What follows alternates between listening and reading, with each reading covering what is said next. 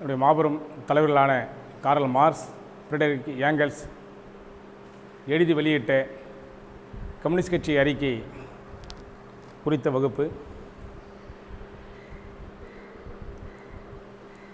19ஆம் நூற்றாண்டினுடைய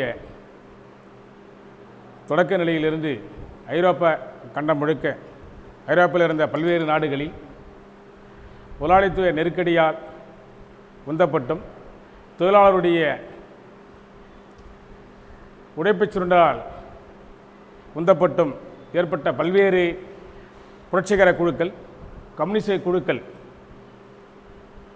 ஒருங்கிணைக்கப்பட்டு அதன் விளைவாக கம்யூனிஸ்ட் லீக் என்று ஒரு அமைப்பை உருவாகி அந்த அமைப்பில் இணைத்து கொண்ட கார்ல் மார்க்ஸ், ஏங்கல்ஸ் அந்த குழுவினுடைய வேண்டுகோளுக்கு இணங்க தொழிலாளர் வர்க்கத்துக்கான ஒரு வரலாற்று அறிக்கை, சமூகத்தை பார்க்கக்கூடிய வரலாற்று பார்வை கொண்ட அறிக்கை தான் கம்யூனிஸ்ட் அறிக்கை. அதை நாம் எல்லோரும் கம்யூனிஸ்ட் கட்சி அறிக்கை என்று அதை நாம் தொடர்ந்து அதை பேசிக்கொண்டு வருவோம். நம்ம அப்படிப்பட்ட புகைப்பற்ற கம்யூனிஸ்ட் கட்சி அறிக்கை கிட்டத்தட்ட தமிழ் நமக்கு ஒரு 60 பக்கம் உள்ள ஒரு அறிக்கை. அது 4 பகுதிகளாக உள்ளது. முதல் பகுதி முதலாளிகளும் பாட்டாளிகளும் என்ற அந்த பகுதி. இரண்டாவது பகுதி பாட்டாளிகளும் கம்யூனிஸ்டுகளும் என்ற பகுதி. மூன்றாவது பகுதி இலக்கியம் குறித்து சோசியலிச கம்யூனிச இலக்கியம் என்ற பகுதி. அதில் முதலாளித்துவ நிலப்பிரபுத்தினுடைய பிற்போக்கு இலக்கியங்கள் குறித்து அதிகமாக சொல்லியிருக்கக்கூடிய பகுதி. நான்காவது தற்போது உள்ள கட்சிகளுடன் பற்பல எதிர்க்கட்சிகள் குறித்து கம்யூனிஸ்டுடைய நிலை என்ற அந்த 4 பகுதி. குறிப்பாக முதல் இரண்டு பகுதி தான் இதில் பெரிய சமூக விளக்கங்களை உரிய பகுதி. குறிப்பாக முதலாளிகளும் பாட்டாளிகள் என்ற பகுதி. இதில் தொடக்கத்திலே ஒரு அறிமுகமாக மார்க்ஸ், ஏங்கல்ஸ் சொல்லியிருக்க பகுதி. இந்த கம்யூனிசம் குறித்த குறிப்பாக தொழிலாளர் வர்க்கம் எந்த திசையில் செல்ல வேண்டும் என்று இவர்கள் தொடங்கிய அந்த பல்வேறு கட்டுரைகளில் ஐரோப்பில் இருந்த பிற்போக்க அரசாங்கங்கள், குறிப்பாக ரஷ்யாவும் அதோடு இணைஞ்ச ஒன்று தான், பிரெஞ்சு, இங்கிலாந்து, ஜெர்மனி, இத்தாலி, இந்த மாதிரி போன்ற இருக்கிற பல்வேறு பிற்போக்கு அரசாங்கங்கள் எல்லாம் எப்படி ஒன்றாக கூட்டு சேர்ந்து கொண்டு கம்யூனிசம் என்ற இந்த பூதத்தை கண்டு அவர்கள் அஞ்சி நடுங்கினார்கள். ஐரோப்பிய கண்டத்தை ஆட்டுகிறது ஒரு பூதம், அது கம்யூனிஸ்ட் என்னும் பூதம். இதை நம்ம அதிகமாக முன்பு கேட்டுக்கொண்டிருந்த வாசகம் இது. அப்படி தொடங்கிய அந்த கம்யூனிஸ்ட் பூதம் எப்படி இவர்கள் பல்வேறு சதி உடைய ஆளர்கள்லாம் ஒன்று சேர்ந்து விடுகிறார்கள். அச்சம். அப்போ தான் மார்க்ஸ், ஏங்கல்ஸ் சொல்கிறாங்க, அந்த 2வது பராவில் கம்யூனிசம் ஐரோப்பா முழுக்க எப்படி பரவி விட்டது என்பதற்கு இதுவே நமக்கு அத்தாட்சியாக இருக்கிறது. அவர்கள் நம்மளை எப்போ எந்த அளவிற்கு எதிர்க்கிறார்கள் என்பது தெரிந்து விட்டது. அப்படி என்று தொழிலாளர் வர்க்கத்திற்கான அடுத்த கட்ட வளர்ச்சியில் அவர்கள் எப்படி சமூகத்தை நகர்த்த வேண்டும் என்பதற்கான ஒரு வரலாற்று ஆவணம் தான் இது. இந்த பகுதி இதில் சமூகத்தினுடைய பல்வேறு படிநிலையை பற்றி மார்க்ஸ், ஏங்கல்ஸ் குறிப்பிடுகிறார். முதல்ல அடுத்து இந்த தலைப்பு சொல்லும்போதே முதலாளிகளும் பாட்டாளிகள் என்ற தலைப்பு தொடங்கும் போது சொல்லுவார், இதுவரையிலான சமுதாயங்களின் வரலாறு அனைத்தும் வர்க்கம் போராட்டங்களின் வரலாறே ஆகும். இதுவரைக்கும் நடந்திருக்கிற வரலாறு எப்படி இருந்தது, பல்வேறு போக்கில் எல்லாரும் விளக்குவாங்க. சமய முறையில் விளக்குவாங்க. இயேசுதான் படைத்தார் என்று, அல்லாஹ் படைத்தார் என்று, சிவன்தான் படைத்தான் என்று, பல்வேறு போக்குகளிலே திருமால் தான் படைத்தார் இந்த பூமி என்று பல்வேறு கோணங்களிலே சமயவாதிகள் விளக்கி கொண்டிருந்தால் ஒரு பகுதி. அப்போ மார்க்ஸ் சொல்கிறார், மார்க்ஸ், ஏங்கல்ஸ் இதுவரைக்கும் நடந்த சமுதாயத்துடைய வரலாறு அனைத்தும் வர்க்க போராட்டங்களில் எப்படிப்பட்ட வர்க்கம், சுதந்திரம் உடையவனும் அடிமையும், ஆண்டானும் அடிமையும், இப்படி நிலப்பிரப்பும் விவசாயம், முதலாளியும் தொழிலாளியும் என்று 2 பெரும் பிரிவுகளாக பிரிக்கப்பட்டு வந்திருக்கக்கூடிய இந்த முதலாளி சமூகம் இப்படி தான் தொடக்க நிலையிலிருந்து வந்திருக்குது. இதே மார்க்ஸ் குறிப்பிடுறார். எப்படி சுந்தரமுடிவன் எப்படி இருந்தால் யாரோ ஒரு கைவினை தொழில் இருக்கக்கூடிய சுந்தரமுடிய அந்த ஆண்டான் அதிலே வேலை செய்யக்கூடிய தொழிலாளி, அன்றைக்கி இருந்த பழைய வடிவத்தில் இருந்தக்கூடிய அந்த தொழிலாளி. அப்புறம் அதுக்கு பிறகு எப்படி வருது, ஆண்டான் அடிமை, அதுக்கு முன்பு இருந்த ஒரு சமூக அமைப்பு. அதில் பார்த்தீங்கன்னா எல்லாருமே கிட்டத்தட்ட எந்த ஒரு உரிமையும் இல்லாத ஒரு சூழலில் இருக்கக்கூடிய உடைமையாளனாகவே அடிமை இருக்கக்கூடிய ஒரு சூழல். இப்படி ஒரு 4 கட்டங்கள் முதலாளித்துவம் வரைக்கும் இருக்கக்கூடிய கட்டங்கள் சமூக அமைப்பு. அதுக்கு முன்பு இருந்த ஒரு கட்டத்தையும் மார்க்ஸ் விளக்குவார். அது வந்து நிலங்கள் எல்லாமே எல்லாருக்கும் பொது உடைமையாக இருந்த ஒரு கட்டம் இருந்தது. அதான் புராதன பொது உடைமை என்று ஒரு கட்டம். அது பின்னாடி அது குறிப்பிட்றார் வந்து மார்க்ஸ் வந்து. ஏன்னா அவங்களுக்கு அப்போது ஆய்வுகள் கிடைக்கப்பட்ட அந்த சான்றுகளை கொண்டு அதை விளக்குறார் வந்து. இப்படி புராதன பொது உடைமை, ஆண்டான் அடிமை, நிலவுடைமை சமூகம், ராஜாக்கள், விவசாயிகள் என்ற வந்த பகுதி, அதான் நிலப்பிரபுக்கள், அப்புறம் முதலாளி தொழிலாளி என்ற வந்த கட்டங்கள், சமூக கட்டமைப்பு. இதான் வந்து ஒரு 4 வகையான சமூக கட்டமைப்பு. இப்போ இந்த 4வது கட்டம் தான் மார்க்ஸ் இதை முழுக்க இதில் விளக்குறார். முதலாளிகளும் பாட்டாளிகள் என்ற அந்த பகுதியில் முதலாளி வர்க்கம் என்னென்ன கட்டங்களில் வளர்ந்து வந்து இப்போ நிற்கிது என்பதை அதில் விளக்குறாரு. அப்படி விளக்கும் போது தான் அந்த முதல்ல நாம் சொன்ன அந்த பகுதி. அடுத்த அவர் வந்து இது ஒரு நாம் அதிகமாக புரிந்து தெரிந்து கொள்ள வேண்டிய ஒரு முக்கியமான தெளிவடைய வேண்டிய ஒரு பகுதி. இது தொடக்கநிலை அறிக்கையாக இருந்தாலும் கூட இதில் தான் வந்து அவங்க அதிகமான கருத்து செறிவு, எல்லா விதமான சமூக கருத்து செறிவுகளையும் அதிகமாக அப்படியே வரிக்கு வரி அவர்கள் நிறைத்து வைத்திருக்கிறாங்க. எதையும் விட முடியாத வரிகள் என்று. இதான் வந்து நம்முடைய பிரெஞ்சு நாட்டினுடைய கம்யூனிஸ்ட்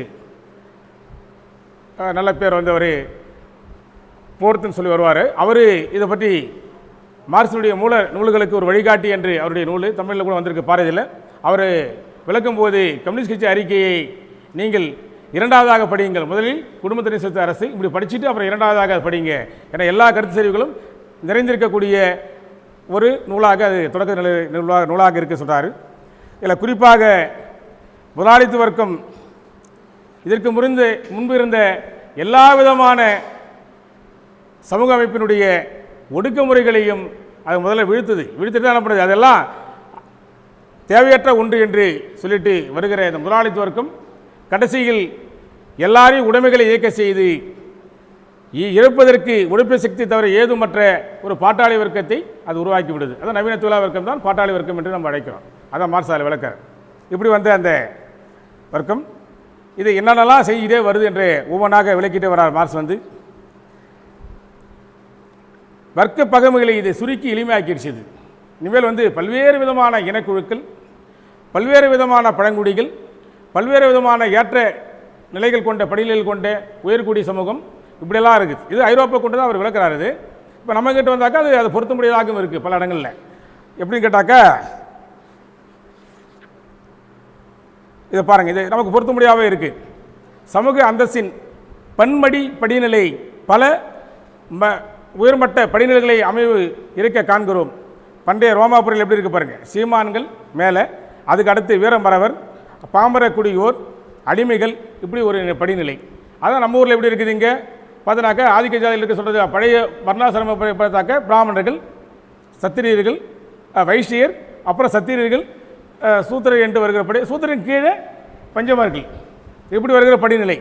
இப்படி ஒரு கட்டம் இருந்தது, ஐரோப்பாவில் இருந்திருக்குது நம்மகிட்ட இருந்து சொன்னார். அப்புறம் வேறு பகுதி மத்திய காலத்தில் எப்படி இருந்திருக்கு பாருங்கள். பிரபுத்துவ கோமான்கள் மேலே மானியக்காரர்கள் நிலங்களை வாங்கி விவசாயிகள்கிட்ட கொடுத்துருக்கவன், கைவினை சங்க ஆண்டான்கள், கைவினை பணியாளர்கள், அப்புறம் பண்ணை அடிமைகள், இப்படி இருக்கிற படிநிலை சமூக அமைப்பு இது ஐரோப்பாவில் இருக்குது. இந்த வகுப்புகளில் அநேகமாய் ஒவ்வொன்றிலும் படிநிலை உட்பிரிவுகளும் இருக்க காண்கிறோம்.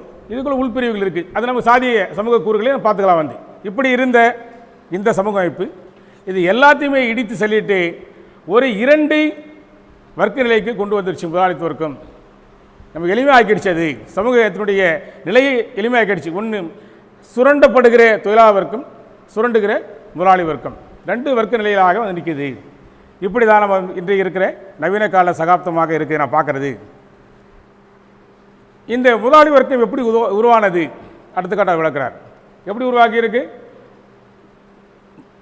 ஐரோப்பியில் தோன்றிய மத்திய காலம், குறிப்பாக 12 பிறகு தோன்றிய ஒரு நவீன பட்டறை தொழிலோடு கூடிய ஒரு மத்திய தர வர்க்கம் நகரத்தில் தோன்றியது. பழைய நகரம் நிலவுடைமை நகரம் வேறு, பட்டறை தொழிலுக்காக உருவான ஒரு நகரம். இந்த நகரம்தான் இந்த நகரத்தாரில் இருக்கக்கூடிய அந்த பட்டறை தொழிலுடைய உரிமையாளராக இருந்தவர் தான் பின்னாடி முதலாளியாக பின்னாடி பரிணமிக்கிறார். அந்த பட்டறை தொழிலில் இருந்த பல்வேறு கைவினைகளை தெரிந்த அந்த தொழிலாளி தான் அப்புறம் ஒரே ஒரு தொழிலை மட்டுமே தெரிந்த தொழிலாளியாக பின்னாடி பரிணமிக்கிறார். ஒரு சேரை செய்யக்கூடியவராக இருப்பார் அந்த தொழிலாளி. ஒரு சேர் எல்லா பகுதியும் செய்வார் அவர். ஆனால் கடைசியில் என்ன ஆயிடுச்சுன்னு கேட்டாக்க, நவீன முதலாளி வர்க்கம் வளர்கிற போது எல்லாரையும் ஒரு குறிப்பிட்ட தொழில், அவர் வேலை என்னென்னா வெறும் கால் மட்டுமே செஞ்சுக்கிட்டு இருப்பார், கைப்பிடி செய்ய தெரியாது அவருக்கு. இப்படியே பழகி விட்டுரும். ஒரே ஒரு தொழில். அதான் சொல்கிறார் மார்க்ஸ் தொழிலாளர்களுக்கு இந்த தொழிலை செய்வதற்கு வெறுத்து போகிற நிலையில் நவீன உற்பத்தி முறையை முதலாளி வர்க்கம் கொண்டு விட்டது. அவங்களை வேலை சில நேரம் பார்க்கலாம். நீங்கள் சார்லி சாப்பிட படங்களில் வெறும் நெட்டு மட்டுமே திருப்பிட்டுப்பார். அவர் மட்டும் அவருக்கே போர் அடிக்கும். அந்த கட்சியில் நல்ல பல தொழில்களை நுணுக்கங்களை கற்றிருந்த தொழிலாளி வர்க்கத்தை நீங்கள் ஒரு வேலை செஞ்சால் மட்டும் போதும், இந்த வேலை தான் உங்கள் வேலை. இப்போ நான் பார்க்குறேன் டெக்ஸ்டைலில் கையை மட்டுமே தைச்சிக்கிட்டு இருப்பார். அவர் மட்டும் அவர் வேலையே இதாக இருக்கும், போர் அடிக்கும். அப்புறம் ஒருத்தர் பட்டு மட்டுமே கட்டிக்கிட்டு இருப்பார், ஒருத்தர் காலர் மட்டுமே செஞ்சுக்கிட்டு இருப்பார். முழு உருவத்தை அவருக்கு தெரியாது. ஆனால் இப்போ நம்ம கிராமங்களில் போய் பார்க்குற சில டைலரு சட்டையை மொத்தமாக தைச்சி கொடுப்பார். இப்போ அந்த தொழில் இருக்குது, அதுவும் கொஞ்சம் நல்லா இருக்குது. ஆனால் அவரால் பெருவிதான உற்பத்திக்கு அந்த டைலரால் வர முடியாது. இப்போ நம்ம திருப்பூர் போன்ற பெரிய பின்னலாடை உடைய அந்த பகுதி தான் பெருவிதமான உற்பத்தி, லட்சக்கணக்கான உங்களுக்கு டிஷர்ட்டையோ மற்ற சட்டைகளோ உருவாக்கிட்டே இருக்கும் அந்த மாட்டுக்கு. அப்போ பெருவிதமான உற்பத்தியும் முதலாளிவர் கொண்டு வருது. அப்போ தொழிலாளருக்கும் எங்கேருந்து வருது? மத்திய காலத்தினுடைய நகர பட்டறை தொழிலிருந்து தான் அந்த நவீன தொழிலாளருக்கும் அங்கிருந்து வருகிறது. அதிலிருந்த பல உடைமையாளர்கள் தன்னுடைய சொத்தை இழந்துடுறான். கடைசியில் அவனும் நவீன தொழிலாளருக்குமா வரான். அதிலிருந்து வந்த ஒரு முதலாளி வர்க்கம் தான் எப்படி பரிணமிச்சுட்டே வருது என்ற அந்த கட்டங்களை எல்லாம் ஒன்றொன்னா விளக்குறாரு. குறிப்பாக அந்த அமெரிக்கா கண்டுபிடிக்கப்பட்டதும் கிழக்கு இந்தியாவினுடைய பகுதி, நம்முடைய கிழக்கு இந்திய பகுதி, வங்காள விரிகுடா பகுதி, அதே போல் சீனாவுடைய சந்தைகள், குறிப்பாக அப்புறம் அமெரிக்காவில் குடியேறிய பகுதி, இதெல்லாம் சேர்ந்து தான் தொடக்க கால இந்த 18ஆம் நூற்றாண்டுடைய முதலாளி வர்க்கம் தன்னுடைய சந்தைகளை விரிவுபடுத்துகிறது. வெறும் ப்ரொடக்ஷன் எங்கள் இங்கிலாந்து, பிரான்ஸு, இந்த மாதிரி குறிப்பிட்ட இத்தாலி போன்ற சில பகுதிகள் மட்டுமே பொருள் உற்பத்தி நடக்குது. அந்த உற்பத்தியை கொண்டு அவர்கள் விற்கக்கூடிய பகுதிகளாக இருக்குது. அமெரிக்கா அவர்கள் கண்டுபிடிக்கப்பட்டது அவர்களுக்கு பெரிய பயன். ஏன்னா அங்கே தான் புதிய அவங்க நிலப்பரப்பை பார்க்குறாங்க, பிரம்மாண்டமான பெரிய நிலப்பரப்பு. அங்கேருந்த பழைய செவிந்திர்கள்லாம் அவன் ஒரு கட்டத்தில் கொண்டுட்டு ஆயிரக்கணக்கான ஏக்கர்களை அவர் நினைக்கிறபடிக்கு முதலாளி என்னெல்லாம் விருப்பம் நினைக்கிறானோ, அவன் குதிரையை எந்த அளவுக்குலாம் ஓட்டி கொண்டு சென்றானோ அதெல்லாம் அவனுடைய நிலப்பரப்பாக இருந்தது. அப்படி உருவான அந்த பகுதி அமெரிக்கா அவங்களுக்கு பெரிய சந்தைகளாகவும் முதலாளித்து வளர்வதற்கு முக்கியமாக இருந்தது. அதில் போக்குவரத்தில் வாணிபத்தில் பார்த்தீங்கன்னாக்க கப்பல் போக்குவரத்தும் ரயில் போக்குவரத்தும் தான் அவர்களுக்கு முதலாளித்துவம் பிரமாண்டமாக தன்னுடைய சந்தைகளை விரிவுபடுத்துவதற்கு பயன்பட்டது என்று சொல்கிறார். முதலாளித்துவம் எப்படி அடுத்தது கட்டத்தில் வளர்ந்துக்கிட்டே வரார். சரி, இந்த முதலாளித்துவம் சந்தைகள் தொடர்ந்து மேலே வளர்ந்துக்கிட்டே போகும்போது அந்த தொடக்க நிலை உற்பத்தி சாதனங்கள் கூட அதுக்கு பயன்படலை. இன்னும் சந்தைகள் விரிவடைய அந்த பழைய உற்பத்தி பட்டறை தொழில் பெரிய அளவுக்கு உதவி செய்யலை. அப்போ தான் நீராவி இன்ஜினும் வருது. நீராவி இன்ஜின் தான் இவர்களுக்கு பெரிய உதவியாக பண்ணது. நீராவி இன்ஜினும் பெருவிதமான இயந்திரங்களும் வரும்போது இவருடைய பண்டைகள் உற்பத்திக்கு பெரிய புரட்சி உண்டாக்குகின்றார். இனிமேல் அவங்க நினைச்சாக்க ஒரே மாதத்தில் லட்சக்கணக்கான துணிகளை, லட்சக்கணக்கான அவங்களுக்கு பயன்பாட்டுடைய நிறைய பொருள்களை அவங்க உருவாக்க முடியும் என்ற சூழலுக்கு வந்தது. அதான் சொல்கிறார். இப்படி பெரிய பெரிய கோடீஸ்வர மத்திய காலத்தினுடைய தொழிலதிபர் மத்தியில் பெரிய பெரிய கோடீஸ்வரர்கள் உருவாகிறாங்க. பெரும் பெரும் தொழில் உற்பத்தி முறை உருவாவது சேனைகள், கப்பல் கட்டு துறைமுகம் பிரமாண்டமாக டெவலப் ஆகக்கூடிய ஒரு துறைமுகம், அது துறை இப்படி நிறைய வந்துருச்சு என்றார். சரி, இப்போ நவீன தொழில்துறை அனைத்து உலக சந்தையை நிறுவி விட்டது. இனிமேல் உலகம் முழுக்க உலக சந்தை என்பதை அது உருவாக்கிடுச்சு. உலகம் முழுக்க அமெரிக்கா, ஐரோப்பா, ஆப்பிரிக்கா என்று ஆசியா என்று எல்லா நாடுகளும் சந்தை உருவாக்கிடுச்சு. அதே போல் இங்கிலாந்து கிடைக்கப்பட்ட ஒரு ஆஸ்திரேலியா என்ற ஒரு நாடு, அதுவும் பின்னாடி இப்படி வளர்ந்த அந்த பகுதி பரிவர்த்தனை முறையிலும் பார்த்தீங்கன்னாக்க பழைய விதமான பரிவர்த்தனை முறை, பொருள் பரிவர்த்தனை விற்பனை செய்கிற முறை இருக்குது பாருங்கள். இன்றைக்கி எல்லாருக்கும் தேவையை உருவாக்கிடுச்சு. எல்லாரும் உடை அணியக்கூடிய நிலையை உருவாக்கிடுச்சு. எல்லாருடைய தேவைகளையும் அது வளர்க்குது. இது முதலாளி வரைக்குமே வளர்க்குது. அப்போ வளர்க்குற போது இன்னும் அதிகமாக அது உற்பத்தி செய்ய வேண்டிய நிலைக்கு தள்ளப்படுது. இப்படியே ஒவ்வொன்றாக வளர்ந்துக்கிட்டு வருகிற முதலாளித்துவம் சொல்றார், இது உற்பத்தியில் செஞ்சது. அப்போ அது கருத்து தளத்தில் என்னென்ன செஞ்சுருக்குது, அறிவு தளத்தில் என்ன செஞ்சுருக்குது எல்லாத்தையும் சொல்கிறார். எந்த அளவிற்கு உற்பத்தி நடந்ததோ, உற்பத்தி துறை எந்த அளவுக்கு வளர்ச்சி பெற்றதோ அதே அளவிற்கு அறிவுத்துறையிலும் அது வளர்ச்சி பெற்றது.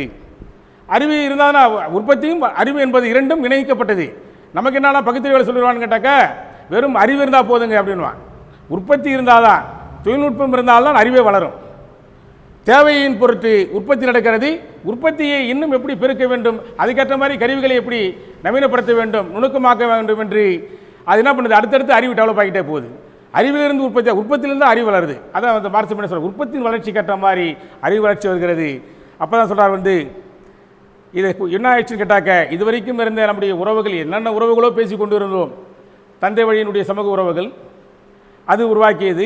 அதே போல் நில பண்ணையாருக்கும் விவசாயிக்கும் இருந்த உறவு, கோயில்களுக்கும் அந்த ஊர் பகுதி மக்களுக்கு இருந்த உறவு, பல்வேறுபடி எல்லா உறவுகளையும் வெறும் காசு பண உறவாக முதலாளித்துவம் கொண்டு வந்து விட்டது. இனிமேல் எல்லா உறவும் தூக்கி குப்பையில் போடு என்று தள்ளிடுச்சு சொல்றார். இயற்கையாகவே மேலோனருக்கு கீழ்ப்படுத்தி கட்டி போட்ட பல்வேறு வகையான பிரபுகளுடைய அதாவது ராஜாக்களுடைய உறவுகளை எல்லாம் ஈவருக்கும் என்று அறுத்தி தூக்கி எறிஞ்சிட்டு சொல்லாது, மனிதனுக்கு அப்பட்டமான தன்னலத்தை தவிர, தன்னுடைய சுயநலத்தை தவிர வேற எந்த உறவும் உனக்கு எனக்கு இல்லை என்று முதலாளித்துவம் கொண்டு வந்து விட்டது சொல்றார்.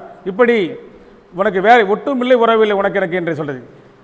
சமயத்துறைகள் பேசுகிறான், பெரிய பரவசமாக பேசுவான், சமயவாதிகள் பிரசங்கத்தில் பேசுவான். அப்படிப்பட்ட அந்த பரவசமான அந்த பிரசங்க உரைகள் சொல்றார். அடுத்ததாக பேராண்மையின் வீராவேசம். சில பேர் பேசுவாங்க, என்னென்ன நம்ம சாகசம் பண்ணியிருக்கிறோம், தமிழர்கள் என்றால் சாதாரணவர்களா என்ன செஞ்சிருக்கார் என்று வீராவேசம் பேசுகிற இன துவேசம் இனம் வாதம் பேசுகிறவர்கள் சொல்றாரு. சிறு மதிவோர்கள், பல்வேறு விதமான புத்தி உரிய சில பேர்கள், இப்பெல்லாம் உணர்ச்சி பசப்பு ஆகிய எல்லா புனித பேரானந்தங்களை எல்லாம் என்ன பண்ணுச்சு, தன்னல கழிப்பெனும் உரைப்பணி குளிர் நீரில் முழுகடித்து உள்ளது. தன்னலம் என்ற அதுக்கு ஒரு அழகான ஒரு கவிதை போறாரு பாருங்க. உரைப்பணி குளிர் நீரில் எல்லாத்தையும் முழுகடிச்சிருச்சு, முடிஞ்சு போச்சு. தன்னலம் தான். எந்த சாமியாராக இருந்தாலும் சரிதான், அவர் புகழ்பெற்ற மருத்துவராக இருந்தாலும் சரிதான், பெரிய வழக்கறிஞராக சரிதான். வாங்க சார் எப்படி இருக்கீங்கன்னு, சரி சார் ஆஃபீஸில் அங்கே உங்கள் பீஸை கொடுத்துட்டு போயிட்டே இருங்க சார்னுவார். அப்போ இப்படி இருக்கக்கூடிய ஒரு சூழல் எல்லாத்தையும் தன்னலம் என்ற ஒரு நிலையில் முதலாளித்துவம் கொண்டு வந்தது சொல்றார். அது செய்த ஒரே ஒன்று சொல்றார் பாருங்க.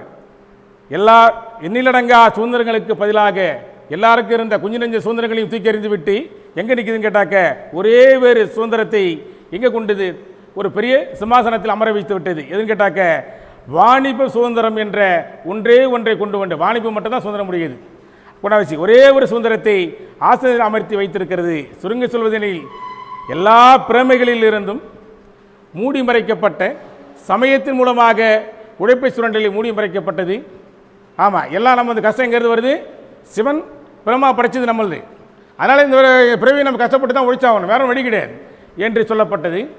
சாதிய படிநிலை கொண்டு நம்மளை ஒடுக்குகிற முறையில், நீ இந்த சாதியில் வந்துட்ட ஒழிச்சதான் ஆகணும், வேற வழி கிடையாது, அவன் சாதியில் வந்துட்டான் அப்படி என்று சொல்லுகிற அந்த படிநிலைகள், எல்லா விதமான மூடி மறைக்கப்பட்ட பழைய எல்லா வடிவங்களையும் என்ன முதலாளி என்ன பண்ணுது, வெக்க உணர்ச்சியற்ற அம்மனமான நேரடியான மிருகத்தனமான சுரண்டலை நிலைநாட்டி இருக்கிறது. வெளிப்படையாக சொல்லுது, உன் உழைப்பு தான் சுரண்டேன், ஆமாம் உனக்கு இவ்வளோ தான் கூலி, முடிச்சிடு அப்படி என்று சொல்லுகிற அந்த சூழல் இப்படி முதலாளித்துவம் வந்து நிற்குது. எல்லா விதமான இதுவரைக்கும் பாராட்டப்பட்ட எல்லாம் அடுத்து சொல்லுகிற குடும்பத்தில் இருந்து முதலாளிவருக்கும் அதனுடைய உணர்ச்சினைய முகத்திரியை கிழித்தெரித்து விட்டது.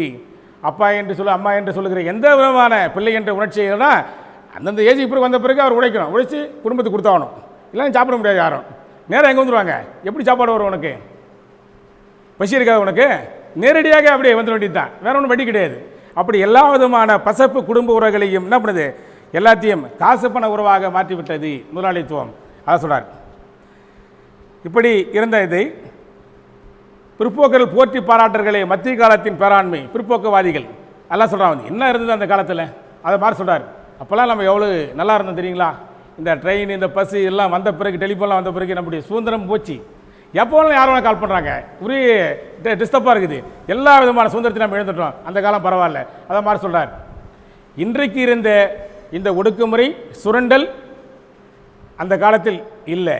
ஆனால் அந்த சமூகத்துக்கே உரிய, அந்த காலத்துக்கே உரிய மோசமான ஒடுக்குமுறைகள் இருந்தது, சுரண்டல் இருந்தது. அதை இவர்கள் மூடி மறைக்கிறார்கள். அதான் மாதிரி சொல்கிறார் வந்து, அந்த காலத்துக்கே உரிய, அந்த சமூக அமைப்புக்கே உரிய சுரண்டல் முறை இருந்தது, ஒடுக்குமுறைகள் இருந்தது, அதை மறைப்பதை இவர் செய்கிறாங்க.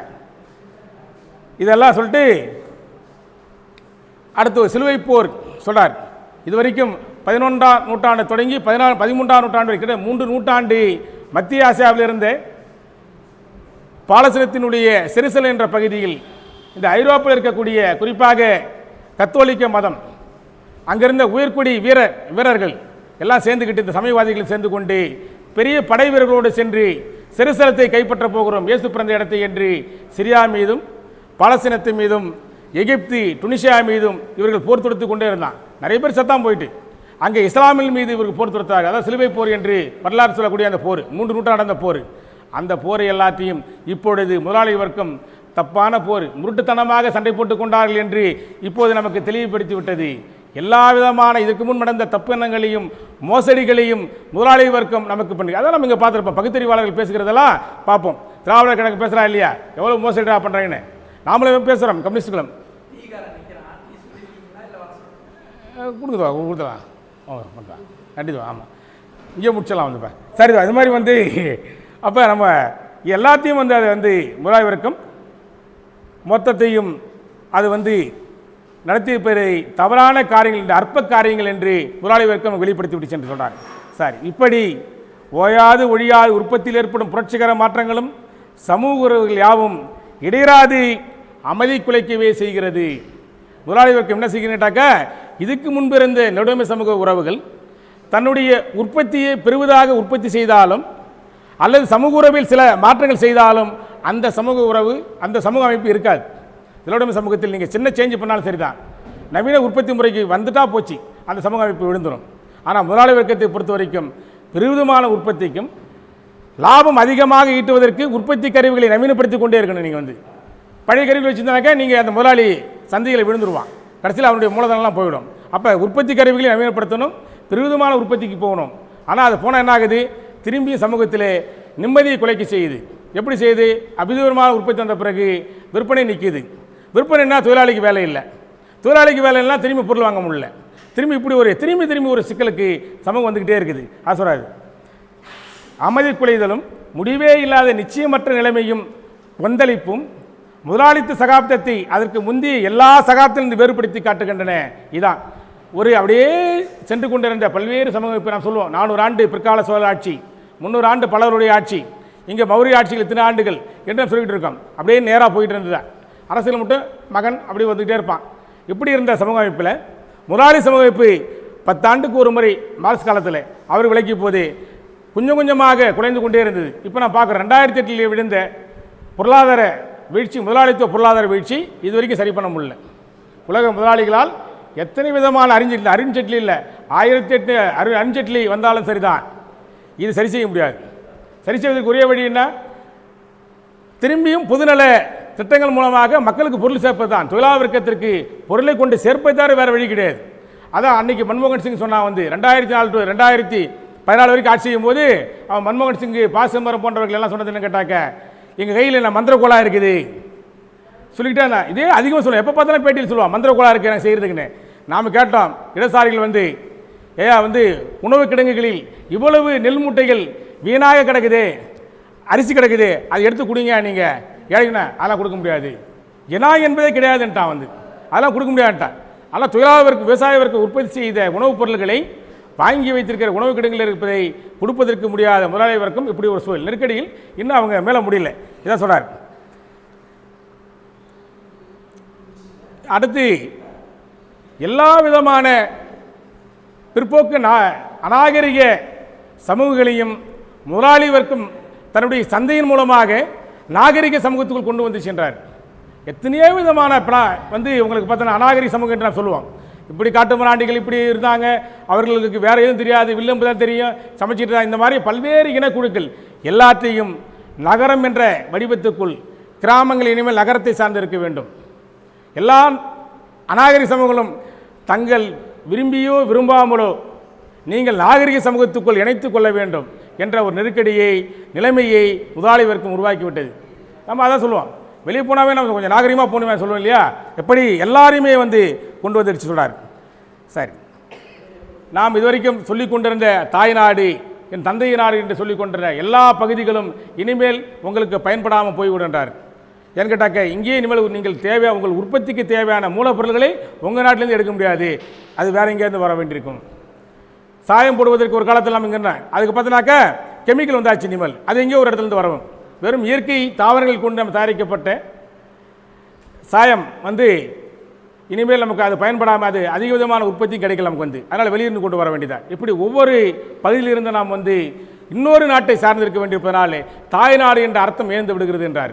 தந்தை நாடு என்ற அர்த்தமும் ஏந்திருது. சரி, இப்படி முதலாளி வர்க்கம் என்னென்ன விதங்களிலே தன்னை வளர்த்து வரைக்கும் சொல்ல பாருங்க. அடுத்து அந்த பழைய விதமான பட்டறை தொழில் உற்பத்தியும் தேவையில்லாத போகிறது போது அது சொல்ல பாருங்க. உற்பத்தி சக்திகளுக்கு முதலாளித்துவ உற்பத்தி சக்திகளுக்கு பழைய பட்டறை தொழில் உற்பத்தி முறை பயன்படவில்லை. அது முதலாளி வர்க்கத்தினுடைய காலில் கட்டப்பட்ட விலங்காக இருக்கிறது. அதனால் அதுவே உடைத்தெறித்து கொண்டு வெளியே வருது. அப்போ வருகிற போதுதான் அதற்கான அரசியலமைப்பையும் முதலாளி வர்க்கம் உருவாக்கி கொள்கிறது. பழைய நில பிரபுத்துவ சமூகத்தினுடைய கட்டுப்பாட்டில் இருந்த முதலாளி வர்க்கம் தொடக்க நிலையில் அதான் கம்யூன் ஃபஸ்ட்டு வர கம்யூனே அங்கே தான் வருது. இங்கிலாந்திலும் பிரான்ஸ் நாட்டிலும் ஜெர்மனியிலும் முதல்ல இந்த கம்யூன் என்று தோன்றுது. கம்யூனை யார்? முதலாளிகளுக்கு தான் முன்ன கம்யூனே வரும். முதலாளிலாம் உருவாக்குறாங்க. நகரத்தில் தாங்கள் உற்பத்தி செய்கிற பகுதிகளை தாங்களே சுயாட்சியாக அதிகாரம் செலுத்துவதற்கும் படை வீரர்களை ஆயுதம் தாங்கிய படை வீரர்களை வைத்துக் கொள்வதற்கும் எங்களுக்கான சுதந்திரத்தை ராஜாக்கள் கொடுக்கணும்னு சொல்லி இவங்களே உருவாக்கி கொண்ட முதல் நகரத்தார்கள் இப்படி உருவாக்கிறாங்க. இப்படி உருவாக்கி கொண்ட அந்த முதலாளி வர்க்கம் எப்படிலாம் வருது இருக்கு. ஆனால் அது காலில் எதை கட்டப்பட்டிருக்குது? பழைய விதமான பட்டறை உற்பத்தி முறையும் அந்த பழைய விதமான சட்ட முறைகளையும் உடைத்து விரிந்து கொண்டு வெளியே வர வேண்டிய. அதனால தான் ராஜாக்களை இவர்களே விழுத்துறாங்க. அதை பிரெஞ்சு புரட்சி நான் பார்க்குறோம். ராஜாக்கள் சொன்னாவே அவன் அடி அவனுக்கு பிரெஞ்சு புரட்சியில் யாரோ ராஜா சொன்னால் முடிஞ்சிருக்காது. அவனை திரும்பி எல்லாம் தூக்கிட்டு கில்டன் பாக்கு வெட்டும் அந்த இதில் பார்த்தினாக்கா வச்சு வெட்டிக்கிட்டே இருந்தானுங்க தலையை. கில்லட்டு அந்த கில்லட் கறியில் பார்த்தினாக்கா இப்படி இருக்க தலை வைக்கிற மாதிரி இருக்காது பாக்கு. இதில் கொண்டா தூக்கி வச்சுருவான். எல்லா ராஜாக்களும் பிடிச்சி சொல்லிட்டான், ராணிகள்லாம் இதே வேலை தான் வேணும். ஏன்னா ராஜாவுடைய அரண்மனையில் உள்ள நாய்களுக்கு மாட்டுக்கறி எடுத்துகிட்டு போவான். அதை படங்கள் நிறையா வந்துச்சு. பிரெஞ்சு படங்களுடைய புரட்சி படங்கள் நிறையா நமக்கு இருக்குது அதில் எடுத்துகிட்டு போவானுங்க. அதை இந்த சாப்பாடு இல்லாமல் உடைப்பாளி மக்கள் என்ன பண்ணுவான், ஓடிப்பா அந்த கறி எடுக்க போனால் அதில் 2 பேர் துப்பாக்கி வச்சுருப்பான். டப்பு டப்புன்னு சொல்லுவான் ஆமாம், இப்போ நாம் இங்கே இருக்கிற கறி எடுத்து வந்தால் காக்காவே 10 காக்கா உட்காந்துட்டு வருவான். அதையும் நம்ம தூத்துணுவோம், அது அப்படியே பறந்து பறந்து திரும்பி சாப்பிட்டுட்டு இருக்குன்னு வச்சுக்க. ஆனால் அந்த கறியை எடுத்துகிட்டு போகும்போது தொழிலாளர்கள் உணவில்லாத என்ன பண்ணுவாங்க, ஓடிப்போய் அது வேலை இல்லை, அவங்களுக்கு உணவு இல்லை, அந்த சூழலாக எடுக்க போனால் சுடுவான் இப்படிப்பட்ட சூழல் தான் பிரெஞ்சு புரட்சி நிலவுடைமைக்கு எதிராக முதலாளிகள் கொண்டு வந்த ஒரு மாபெரும் புரட்சி. தொழிலாளர் வர்க்கத்தை கொண்டு முதலாளி வர்க்கம் நிலவுடைமை வர்க்கத்தை வீழ்த்துகிறது. அப்போ தனக்கான அரசியலமைப்பு சட்டத்தையும் அவர்கள் உருவாக்கி கொள்கிறாங்க. இனிமேல் ராஜாக்களுடைய அந்த சட்டங்கள் இனிமேல் இவர்களுக்கு பயன்படாது. இவருடைய நவீன சந்தை சுதந்திரமான சந்தைக்கும் உற்பத்தி முறைக்கும் இந்த நிலவுடைமையுடைய ராஜாக்களுடைய சட்ட சமூக அமைப்பு முறை பயன்படாது என்பதால் தூக்கி எறிகிறாங்க. அதான் பிரெஞ்சு புரட்சி. இங்கே இங்கிலாந்தில் வந்தது வேறு மாதிரி வந்துருச்சு. அது இங்கிலாந்தில் எப்படின்னு கேட்டாக்க நிலவுடைமை வர்க்கத்தினுடைய ஒரு பகுதியோடு கூடிக்கொண்டு இன்னொரு பகுதியை எதிர்த்து விடுத்துறான். இங்கே இங்கிலாந்தில் பார்த்தினாக்கா அப்படி வந்துட்டான். அவனுடைய நிலங்களை எப்பெல்லாம் கைப்பற்றானுங்க. இது 16ஆம் நூற்றாண்டு நடக்கிற விஷயம். 18ஆம் நூற்றாண்டுலாம் இது பிரெஞ்சு புரட்சி 1589. இங்கே 17ஆம் நூற்றாண்டு நடக்கிற இங்கிலாந்து நடக்கிற போர் பார்த்திங்கனாக்க வெள்ளை ரோஜா போர், சிவப்பு ரோஜா போர் என்றது ஒரு தரப்பு நிலவுடைமையாளர்கள் முதலாளி வர்க்கத்தோடு இணைந்து கொண்டு இன்னொரு நிலவுடைமையினுடைய எல்லாத்தையும் வெட்டி விடுத்துட்டு அவன் நிலங்களை புறாத்தை அபகரித்து கம்பளி ஆடைக்காக அந்த கம்பளி ஆடையை கொடுக்கக்கூடிய செம்மறி ஆடுகள் மேய்வதற்கான புல்வெளிகளாக புறா மாற்றுறான், புல் வயல்களாக. அதுலேருந்து தான் கம்பளி ஆடை நமக்கு வருதுங்க. இப்படி இங்கே இங்கிலாந்து நடக்கிற விஷயம் தொழில் புரட்சி. இல்லாமல் தொழில் புரட்சி வருகிற போது முதலாளி வர்க்கம் ஒரு பகுதி நிலவுடைமையோடு இணைந்து கொண்டு இன்னொரு நிலைமை விடுத்தது. 10ஆம் நூற்றாண்டுடைய மார்க்ஸ் காலத்தில் தான் ஜெர்மனியில் நிலவுடைமை வர்க்கத்தை விழுத்துட்டு இவங்க ஆட்சிக்கு வராங்க முதலாளிகள். அது இவங்க கட்டத்திலே இருக்குது. மார்க்ஸ் ஏங்கல்ஸே அதை சப்போர்ட் பண்ணுறாங்க. அது 3 பகுதியாக கடந்த ஜெர்மனியை ஒரு பகுதியாக இணைக்கிறாங்க. அங்கே அப்போ காலங்கள் பார்த்தோன்னா மாறிக்கிட்டே வருது. இது முதலாளி வர்க்க புரட்சியே ஒவ்வொரு காலங்களாக வருது. அப்போ தான் அதை குறிப்பிடார் வந்து மார்க்ஸ் வந்து இப்படி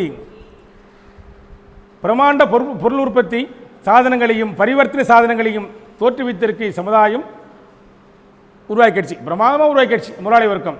ஆனால் அது எங்கே மாட்டிக்குது முதலாளி வர்க்கம்? இதுதான் நாம் வந்து தொடர்ந்து விளக்கிக்கிட்டே இருக்க வேண்டிய பகுதி. முதலாளி வர்க்கம் எப்போதும் நீடித்திருக்க போவதில்லை, அதனால் இருக்கவும் முடியாது. தன்னைத்தானே மாய்த்து கொள்வது போல அது விழ வேண்டிய ஒரு வர்க்கம், அது பலவந்தமாக தொழிலாளர் வர்க்கம் எடுத்த வேண்டியிருக்குது. அதான் அது இதான் சொல்கிறா பாருங்க. பிரமாண்டமாக பொருள் உற்பத்தி சாதனங்களையும், எது பொருள் உற்பத்தி நவீன கருவிகள் எல்லாம் வந்தாச்சு. எது உங்களுக்கு தேவை எல்லாத்தையும் உற்பத்தி செய்வதற்கான சாதனங்கள் கருவிகள் வந்தாச்சு, உற்பத்தி செய்து கொண்டு இருக்குது சந்தையில். அதே போல் வந்து பரிவர்த்தனை சாதனங்களையும் தோற்றுவித்திருக்கிறது. பரிவர்த்தனை செய்வதற்கான சாதனங்கள் எத்தனை விதமான போக்குவரத்துகள் இன்றைக்கி நமக்கு வந்து ஆன்லைனில் எல்லாம் வந்துக்கிட்டு இருக்குது. நாம் வந்து ஃப்ளிப்கார்ட்டில் போயிட்டு நாம் வந்து ரிக்வெஸ்ட் பண்ணி கொடுத்துட்டோம்னா போதும், பொருள் வந்து உனக்கு 3-4 நாளில் வீட்டுக்கு வந்துடும். அப்படி ஆன்லைனில் வரக்கூடிய பரிவர்த்தனை எல்லாம் வந்தாச்சு. இப்படி இருக்க இந்த பாதாள உலகிலிருந்து தனது மந்திரத்தின் வலிமையால் தெரிவித்த சக்திகளை அது எது என்ன பண்ண முதலாளி இருக்குது. இவருக்கு கற்பனையாக சொல்கிறார் மார்க்ஸ் பாருங்கள். பாதாள உலகத்திலிருந்து அது வந்து முதலாளி இவருக்கு என்ன பண்ணிச்சான், தெரிவிச்சிச்சா, இதெல்லாம் உருவாக்கிடுச்சான். உருவாக்கி அந்த வந்து சக்திகளை அடைக்கால முடியாமல் போய்விட்டது. இது இந்த உற்பத்தி சாதனங்களையும் உற்பத்தி பொருள்களையும் இனிமேல் அதால் அடைக்கால முடியவில்லை முதலாளி வர்க்கத்தால். சொல்கிறார். எப்படி ஆகுதுன்னு கேட்டாக்க கடந்த சில 10 ஆண்டுகளுக்கு சொல்கிறார். எப்படி கேட்டாக்க மந்திரவாதி நிலையில் இருக்க காண்கிறோம். ஒரு மந்திரவாதி தானே உருவாக்கி ஒரு பூதத்தை தன்னுடைய மந்திரக்கூடால் திரும்பவும் கட்டுப்படுத்த முடியாமல் போயிடுச்சு. அதுபோல் உற்பத்தி சாதனங்களும் பெருவிதமான அந்த உற்பத்தி பண்டங்களும் முதலாளியினுடைய கண்ட்ரோல் இனிமேல் நிற்க முடியல. அதால் சொல்கிறார். அடுத்து கடந்த சில 10 ஆண்டுகளாக தொழில் வாணிப வரலாறை நவீன பொருள் உற்பத்தி சக்திகள் நவீன பொருள் உற்பத்தி உறவுகளை எதிர்த்து இந்த அபிவிருதமான உற்பத்தி கருவிகளும் இந்த உற்பத்தி சக்திகள் பண்டங்கள் எல்லாம் செய்து பழைய இந்த உறவுகள் வந்து இருப்பு தடையாக இருக்குது. ஆமாம், இன்னும் ஜாதிக்கு தான் நான் இதை கொடுப்பேன்னு சொன்னீங்கன்னா என்ன ஆகும், சிக்கலாகுது இல்லையா? இப்போ என்ன பண்ணுறான், பொருள்கள் எல்லாத்தையும் ரேஷன் கார்டில் வந்து வகை கொடுத்துட்டான். அப்போ என்ன ஆகுது, தடையாகுது இல்லையா பொருள் உற்பத்தி? இந்த கார்டு வச்சுருக்கணும் தான் இவங்களுக்கு. இப்போ இவனே சொல்கிறான் கேஷ் வந்து நீங்களே விட்டு கொடுங்க மானிங்கன்றான். எல்லாத்தையும் நீ ஒவ்வொன்றாக உரிமை கிடைப்பது எல்லாம் தடை செய்துக்கிட்டே வந்தீங்கன்னாக்க கடைசியில் என்ன போவோம், ஒரு கட்டத்துக்கு மேலே இந்த உற்பத்தி சமூக உறவுகளே பெருவிதமான உற்பத்தி பண்டங்களுக்கும் உற்பத்தி சாதனங்களுக்கும் தடையாக இருக்குது இந்த சமூக உறவுகள். அப்போ இந்த சமூக உறவுகளை தூக்கி வர வேண்டிய நிலைக்கு இந்த உற்பத்தி பண்டங்கள் வெளியே வருது. அதை சொல்கிறார். அப்போ தான் அது போதமாக இருக்குது. அது உற்பத்தி சாதனங்களும் உற்பத்தி பண்டங்களும். சரி, முதலாளித்துவ வர்க்கமும் அதனுடைய ஆதிக்கம் நிலவுவதற்கு அவசியமான நிலைமைகளாகிய சொத்துடைமை உறவுகளை அது மாற்றியமைக்க வேண்டியிருக்குது. தனி உடைமையினுடைய சொத்துடைமை உறவுகளை மாற்றியமைக்க வேண்டிய நிலையில் எதிர்த்து புரிந்திடும் எது இந்த கழகம்தான். நான் பார்க்குறது வந்து என்னென்ன ஆகுது பாருங்கள். திரும்ப எழுவும் வாணிப நெருக்கடிகள், அந்த பொருளாதார மந்தம் திரும்ப எழுந்து ஒவ்வொரு தரமும் முன்னிலும் அபாயகரமான முறையில் நெருக்கடிகள் முதலாளித்துவ சமுதாயம் அனைத்து நிலவுதனை முதலாளி சமூகம் இருப்பதற்கான எந்த விதமான நிபந்தனைகள் என்னென்ன சொல்கிறானோ எல்லாவற்றையும் அது கேள்விக்குள்ளாக்கி இருக்க வேண்டிய எந்த அவசியம் உனக்கு தேவையில்லை என்று திரும்ப நிரூபித்து கொண்டே இருக்கின்றார். இது அந்த வாணிப நெருக்கடியில் தான் நம்ம பார்க்க முடியுதுன்னு சொல்கிறார். சரி, இது எப்படி சமாளிக்குது முதலாளி வர்க்கம்? இந்த வாணிப நெருக்கடியை எப்படிலாம் சமாளிச்சுக்கிறாங்க அவங்க வந்து முதலாளிகள்? அவங்க தந்திரமான முறையில் அவங்க சமாளிக்கிறாங்க. வழிகட்டாமை உற்பத்தி சக்திகளின் ஒரு பெரும்பகுதியை அழிப்பதன் மூலம், அதான் அமெரிக்கா செய்கிறான். என்ன பண்ணுறான், அபிரமான உற்பத்தி வந்துட்ட பிறகு பொருளாதார தேக்கம் வந்தாக்க கோதுமைகளை கொண்டு வந்து கடலில் கொட்டுவான் வந்து. ஆமாம், ஏன்னா அது ஒரு ஏழை நாட்டுக்குடிய சோமாலியா வந்து இப்படி ஆகி போச்சு, சாப்பாட்டுக்கெல்லாம்ங்கிறான்னு கேட்டாக்க கொடுக்க மாட்டான். ஏன்னு கேட்டாக்க கொடுத்துட்டாக்க அவனுடைய கோதுமை விலை குறைஞ்சிரும். அதனால் இப்போ கப்பலில் கொட்டி திரும்பி அந்த ரேட்டை வந்து அப்படியே வச்சுருப்பான். அந்த கடலில் கொட்டுற கோதுமைக்கு அரசாங்க மானியம் கொடுத்துருவான். எப்படி பாருங்கள், ஏழை நாட்டு குடுறாங்கன்னா கொடுக்க மாட்டான். அப்போ வந்து தன்னுடைய உற்பத்தி பொருளை பெரும்பகுதியை அழிப்பதன் மூலமும் மறுபுறத்தில் புதிய சந்தைகளை வென்று கைப்பற்றுவதன் மூலமும் புதிய சந்தை தேடுறான். உற்பத்தி மிக அபிரிமிதமாக இருக்குது, போதும் பெருசாக வந்துருச்சு, ஆனால் கண்ட்ரோல் ஆக மாட்டேங்குது மந்திரக்கோளால். அப்போ என்ன பண்ணுறான், புதிய சந்தை பிடிக்கிறான், பல நாடுகளுக்கு போகிறான். அப்போ தான் என்ன பண்ணுறான், காட்டு ஒப்பந்தம் கொண்டு வரான். புதிய பொருளாதாரம் காட்டு ஒப்பந்தம். இனிமேல் உங்களுடைய நாட்டுடைய சட்டங்களை எல்லாத்தையும் தூக்கிறியான்றான். நீங்கள் கோட்டா சிஸ்டம் வச்சுக்கிறீங்க இந்தியாவில், யார் எவ்வளோ வாங்கணும், எங்கே தான் விற்கணும் பொருள். காரே அம்பாசிடர் காரு, மகேந்திரா காரு, இது ரெண்டும் அப்போ கிடையாது. நமக்கு 90 வரைக்கும் பார்த்தீங்கன்னாக்க வேறு காரு, அப்புறம் மாருதி வந்துச்சு கொஞ்சம் ஜப்பானோட சேர்ந்து. இந்த 3 காரு நீங்கள் விட்டிங்கனாக்க வேறு கார் நமக்கு கிடையாது வந்து. வந்து இப்படி 60-70 வரைக்கும் மாருதி நமக்கு வந்து அம்பாசிடர் தான். 70க்கு பிறகு தான் நமக்கு மாருதி வரான். இவன் 80க்கு பிறகு மாருதி, 70க்கு பிறகு மகேந்திரா. இந்த 3 தான் நமக்கு வந்து எல்லா கவர்மெண்ட்டு அரசாங்கத்துடைய அலுவலகம் பார்த்தீங்கன்னா இந்த ஜீப்பு தான் ஓடிக்கிட்டு இருக்கும். எல்லாம் மகேந்திர ஜீப்பு. ஒன்றும் வண்டி இருக்க மேலே ஒரு டாப்பு போட்டுருவான், முடிஞ்சுது. அது மாதிரி வண்டி போயிட்டு இருக்கோம். இப்படி இருக்கிற வண்டி. அப்போ வெளிநாட்டு எந்த காரும் உள்ளே வர்றது கிடையாது. அவன் பார்த்தான் வளர்ந்த சந்தைகளை திறந்து விடுறதுக்கு பெருமுதலாளிகள் என்ன பண்ணான், உங்கள் எல்லா விதமான ஒப்பந்தங்களையும் பழைய உங்களுடைய நாட்டுடைய ஒப்பந்தங்கள் எல்லாம் தூக்கிறீன்றான். இதுக்கு ராஜீவ்காந்தி தடையாக இருந்தார். கடைசியில் நம்ம ஊரில் வந்து முடிச்சுட்டானு வந்து.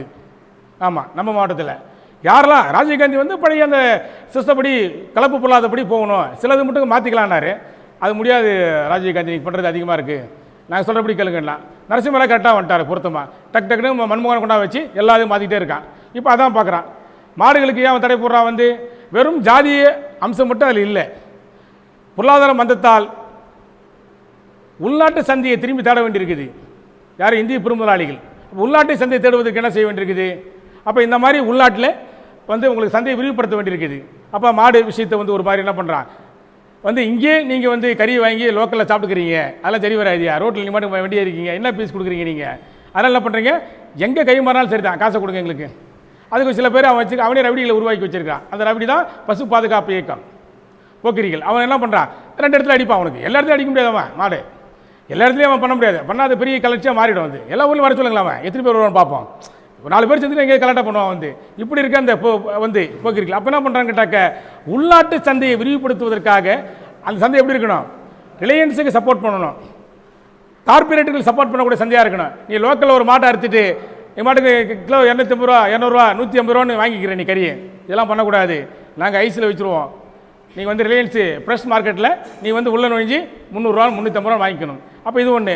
அப்போ இந்த மாற்றுவதில் வந்து அவனுக்கு கமிஷன் பண்ணுன்னு சொல்கிறான். அப்போ உள்நாட்டு சந்தையை விரிவுபடுத்துவது நோக்கம். தேக்கதா சொல்கிறார்.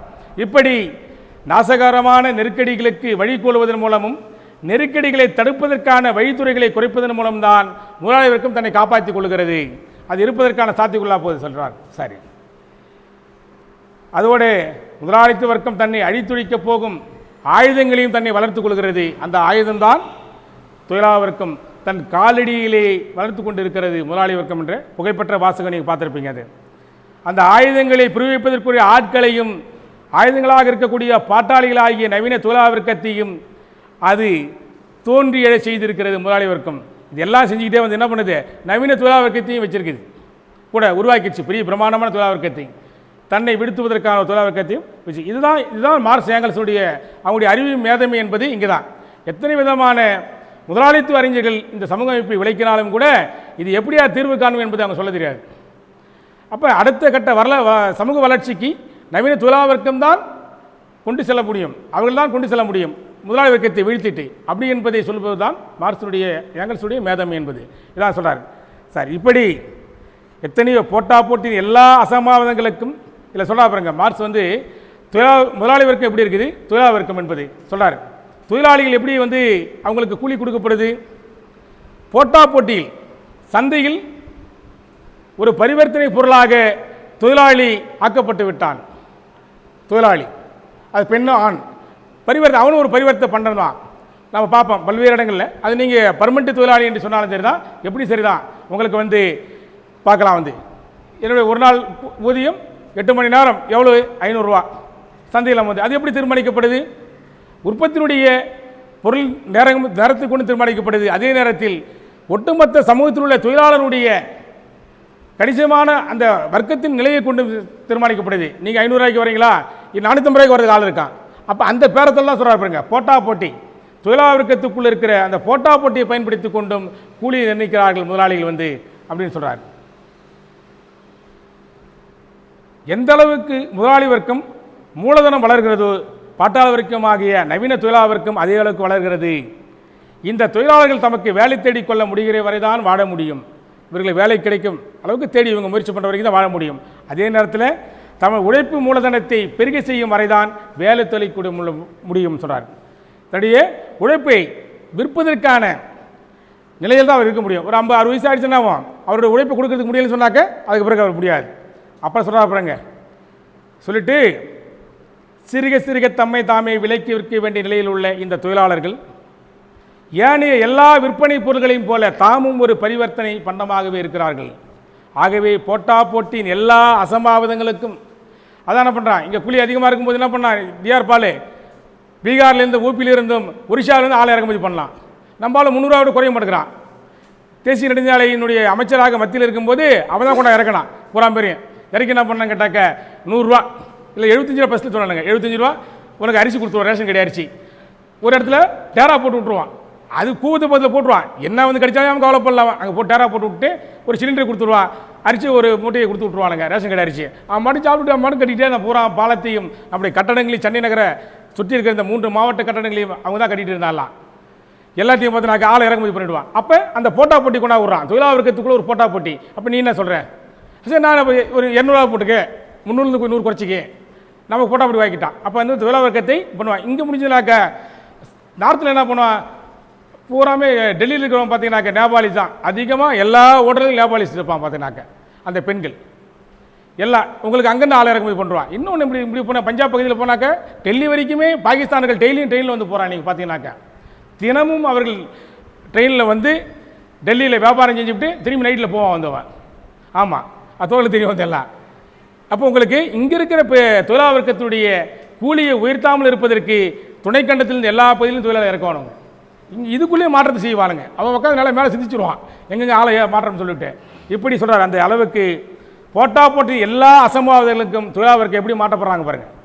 சந்தையின் எல்லா ஏற்ற இறக்க அளவுகளுக்கும், சந்தையினுடைய அதனுடைய வளர்ச்சி போக்கு, அதனுடைய இது மாதிரி மந்தநிலை, எல்லா விதமான ஏற்ற இறக்கங்களுக்கும் அசம்பாவிதங்களுக்கும் தொழிலாளருடைய வாய்நிலை தள்ளப்படுகிறது. அதுக்கேற்ற மாதிரி தான் அவங்களுடைய வேலைவாய்ப்பு, அவங்களுடைய வருமானம் வருதல், இதெல்லாம் வந்து இருக்கிற நிலைமை. கடைசியில் 90க்கு பிறகு என்ன பண்ணான், எல்லா இடமும் கிட்டத்தட்ட 95% என்ன பண்ணிட்டான், கான்ட்ராக்ட் பேஸ் ஒப்பந்ததார தொழிலாளர்களாக நம்மளை மாற்றப்பட்டுட்டோம். இந்த சூழலில் இருக்கிற இதை எல்லாம் சொல்கிறாங்க. இதுதான் குறிப்பாக முதலாளி வர்க்கம் எப்படியெல்லாம் ஒவ்வொரு கட்டத்திலும் இருந்து வருகிற இந்த பகுதி தான் முதலாளிகளும் பாட்டாளிகள் என்ற அந்த பகுதி. இது குறிப்பாக அந்த கட்டுரை முடிகிற பகுதியில் வந்து யார் சொல்கிறார் வந்து கடைசி அந்த பாராவில் முதலாளி வர்க்கம் விரும்பினாலும் விரும்பாவிட்டாலும் இதான் அந்த தலைவிதியை சமூகத்தினுடைய அந்த விதிகளை தீர்மானிப்பது தான் ஒரு வர்க்கத்தினுடைய விதிகள் எப்படி செல்லும் என்பதை மார்க்ஸ் பாருங்க.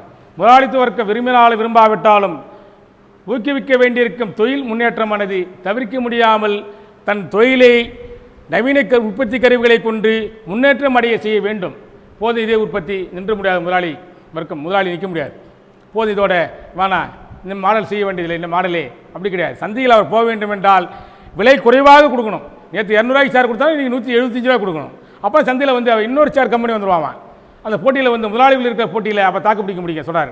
முதலாளித்துவருக்கு விரும்பினாலும் விரும்பாவிட்டாலும் ஊக்குவிக்க வேண்டியிருக்கும் தொழில் முன்னேற்றமானது தொழிலாளர்களிடையே போட்டியின் விளைவான தனிமைப்பாட்டை நீக்கி ஒற்றுமையின் விளைவான புரட்சிகர இணைவை உண்டாக்குகிறது. இதுக்கு முன்னே என்ன பண்ணால் தொழிலாளர் மத்தியில் போட்டி உருவாக்கி நம்முடைய கூலியை குறைத்தான். இங்கே என்ன ஆகுதுன்னு கேட்டாக்க தொழிலாளர் வர்க்கம் புரிந்து கொள்கிறாள். இப்போ சாஃப்ட்வேரில் இருக்கிறவன் புரிஞ்சுக்காம பாருங்கள், நமக்குள்ளெல்லாம் ஒரு ஒற்றுமையாக இருக்கிற சங்கம் கட்டணுன்னு வந்துட்டான். வந்தவன் என்னையை வச்சு ஒன்றையாக மாற்றினான். 7 வருஷம் வேலை செஞ்சு என்ன பண்ணுறான், கீழே ஒரு ஆளை நினச்சிக்கிறான், ஜூனியர் நினச்சிக்கிட்டு இவருக்கு ஒரு 6 மாதம் பயிற்சி கொடுத்துட்டு பாப்பா நீ சீனியர் ஆகிட்டா வெளியே வந்துடுன்றான். இந்த 6 மாதம் ட்ரைனிங்லேயே வந்துடுறான் மேலே. இப்படி 10,000 ஆரம்பிச்சிக்கலாம்னு சொல்லி இப்போ கடைசியில் அந்த சாஃப்ட்வேர் தொழிலாளர் கூட எல்லாம் சங்கம் கட்ட ஆரம்பிச்சிட்டாங்க. என்னை வச்சு ஒன்று ஏமாத்துறாயா, ஒன்று வச்சு நமக்குள்ளே போட்டி உருவாக்கி இந்த சாஃப்ட்வேர் முதலாளி ஏமாத்தலான்ற விஷயத்துக்கு அவர் வந்த பிறகு என்ன சொல்கிறார். இப்போ இது தொழிலாளர் வர்க்கத்தில் ஒரு ஒற்றுமை உருவாக்குது. இவ்வித நவீன பெருவித தொழில் வளர்ச்சியானது எந்த அடிப்படை முதலாளி வர்க்க பொருள்களை உற்பத்தி செய்தும் சுவீகரித்து வருகிறதோ அந்த அடிப்படைக்கு உழைவைக்கிறது. இந்த விதமான உற்பத்தி முறை அந்த சமூக அமைப்புக்கே அது உழைவைக்கிறது. பெருவிதமான உற்பத்தி முறையும் நவீன உற்பத்தி கருவி வளர்ச்சியும் இதுக்கே உழைவைக்கிறது. எப்படி உழைவைக்கிறது, இது தன்னை வீழ்த்திக் கொள்வதற்கான வேலை செய்யும். முதலாளி வர்க்கம் தனக்கு சபைக்குழி தோண்டுவரை அனைத்துக்கும் மேலாய் உற்பத்தி செய்கிறது தன் காலடியிலே. முதலாளி வர்க்கம் தன்னை தள்ளிக்கொள்வதற்கான சபைக்குழியை ஒரு தொழிலாளர் வர்க்கத்தை உருவாக்கி கொண்டே இருக்குது. அந்த தொழிலாளர் வர்க்கம் கொஞ்சம் கொஞ்சமாக நோண்டிக்கிட்டே இருக்குது. அதனுடைய அரசியல் அறிவுக்கு ஏற்ற மாதிரி நோண்டிக்கிட்டு இருக்குது. ஆமாம், அதனுடைய அரசியல் அறிவு புரட்சிகரமாக மாறுகிற போது ஒரேடியாக தள்ளப்படும் வந்து அதான் சொல்கிறார். இவ்வர்க்கத்தின் வீழ்ச்சியும் அதே போல் பாட்டாளர் வர்க்கத்தின் வெற்றியும் தவிர்க்க முடியாதவை அப்படின்னு சொல்லி மார்க்ஸ் முடிக்கிறார். முதலாளி வர்க்கத்தின் வீழ்ச்சியும் இது. அடுத்து பாட்டாளிகளும் கம்யூனிஸ்டில் இருந்த பகுதி, குறிப்பாக தொழிலாளர் வர்க்க பற்றி சொல்லுகிற பகுதியும் கம்யூனிஸ்டுகள் யார் என்ற சொல்லுகிற பகுதியும் தான் இந்த முக்கியமான பகுதி. இது இதில் அப்படியே சுருக்கமாக சில பகுதியை சொல்கிற வந்து சொல்கிறார் வந்து பாட்டாளிகளுக்கும் கம்யூனிஸ்டுகளுக்கும் இருக்கும் உறவு என்ன? முதல்ல கேட்குறேன். இவங்க யார் 2 பேரும்? இவங்களுக்குள்ளே இருக்கிற உறவு என்ன சொல்கிறார்?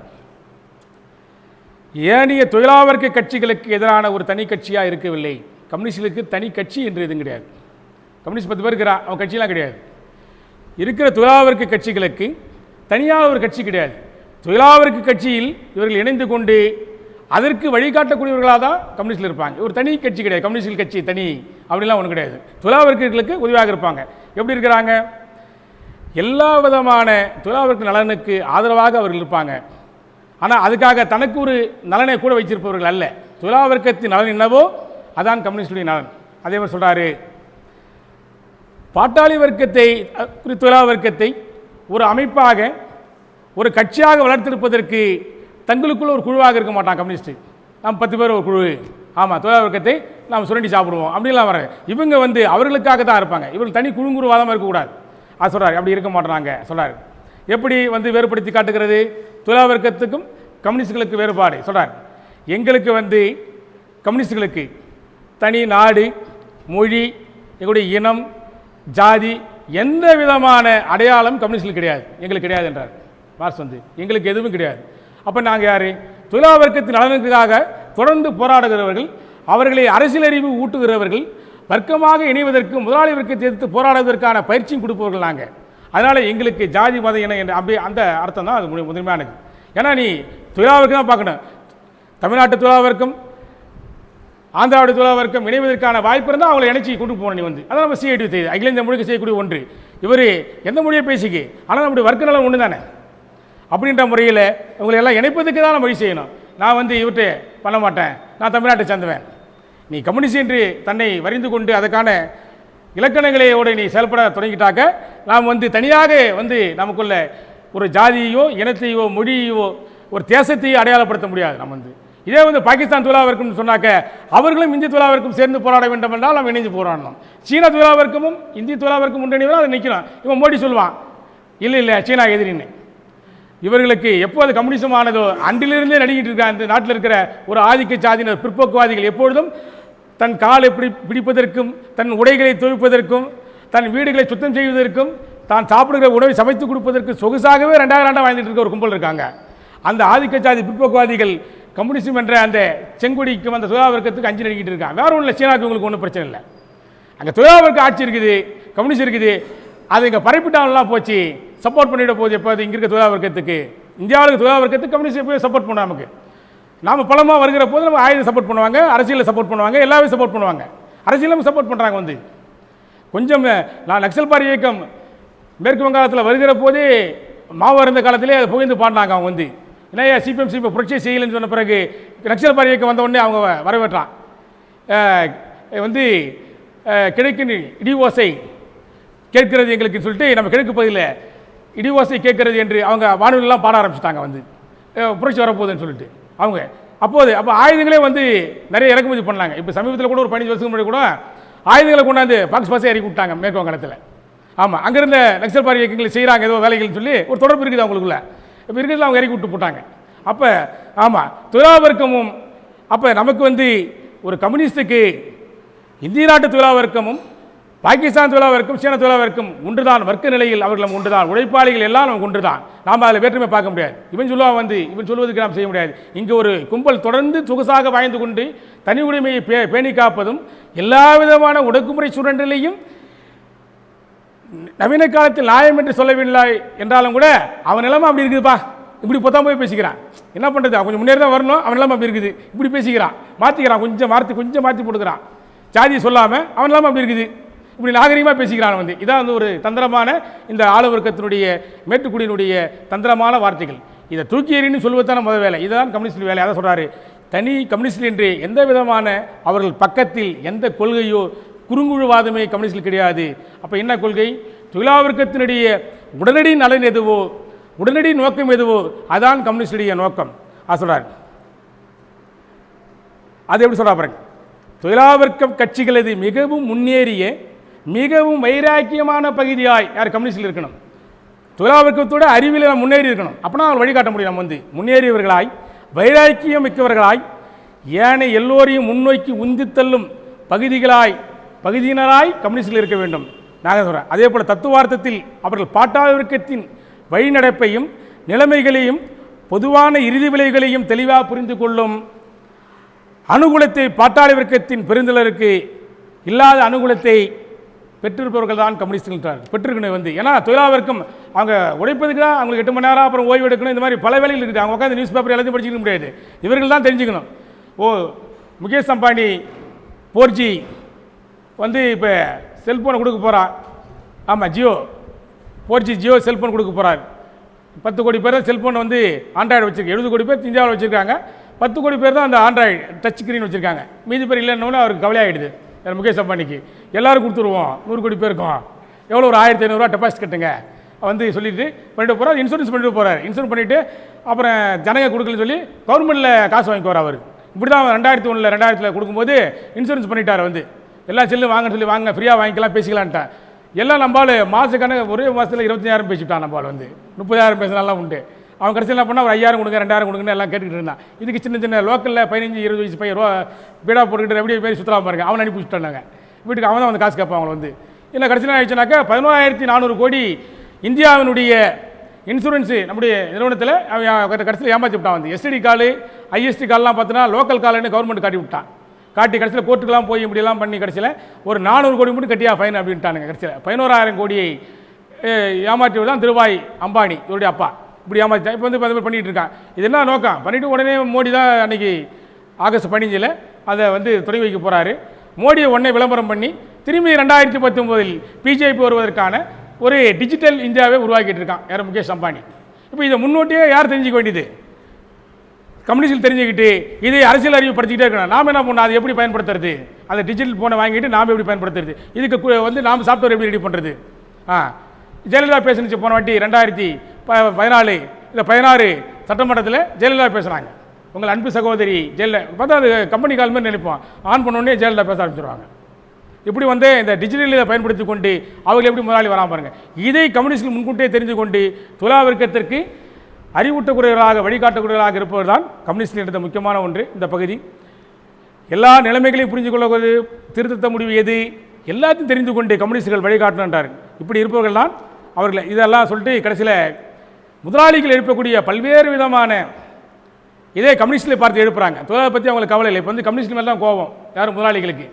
தொழிலாளி பிரச்சனை இல்லை. எப்போ போராடும் போது பிரச்சனை வந்தாக்க கம்பெனி உடச்சா கிடச்சா அப்போ போலீஸ் வச்சு தடுத்துக்குவான், இல்லை அடிப்பான் வந்து. இதோட முடிஞ்சு போய் தொழிலாளிக்கு இவங்களுக்கு பிரச்சனை இல்லை. இந்த கம்யூனிஸ்ட் தான் மோசமான ஆளுவை, இவங்கள தான் பிடிச்சி உள்ளே போடணும் அப்படின்னு அவர் முடிக்க வரான். யாரும் முதலாளி அரசாங்கம் வந்து இவன் தான் மோசமாக எல்லாம் வழிகாட்டுறான் வந்து.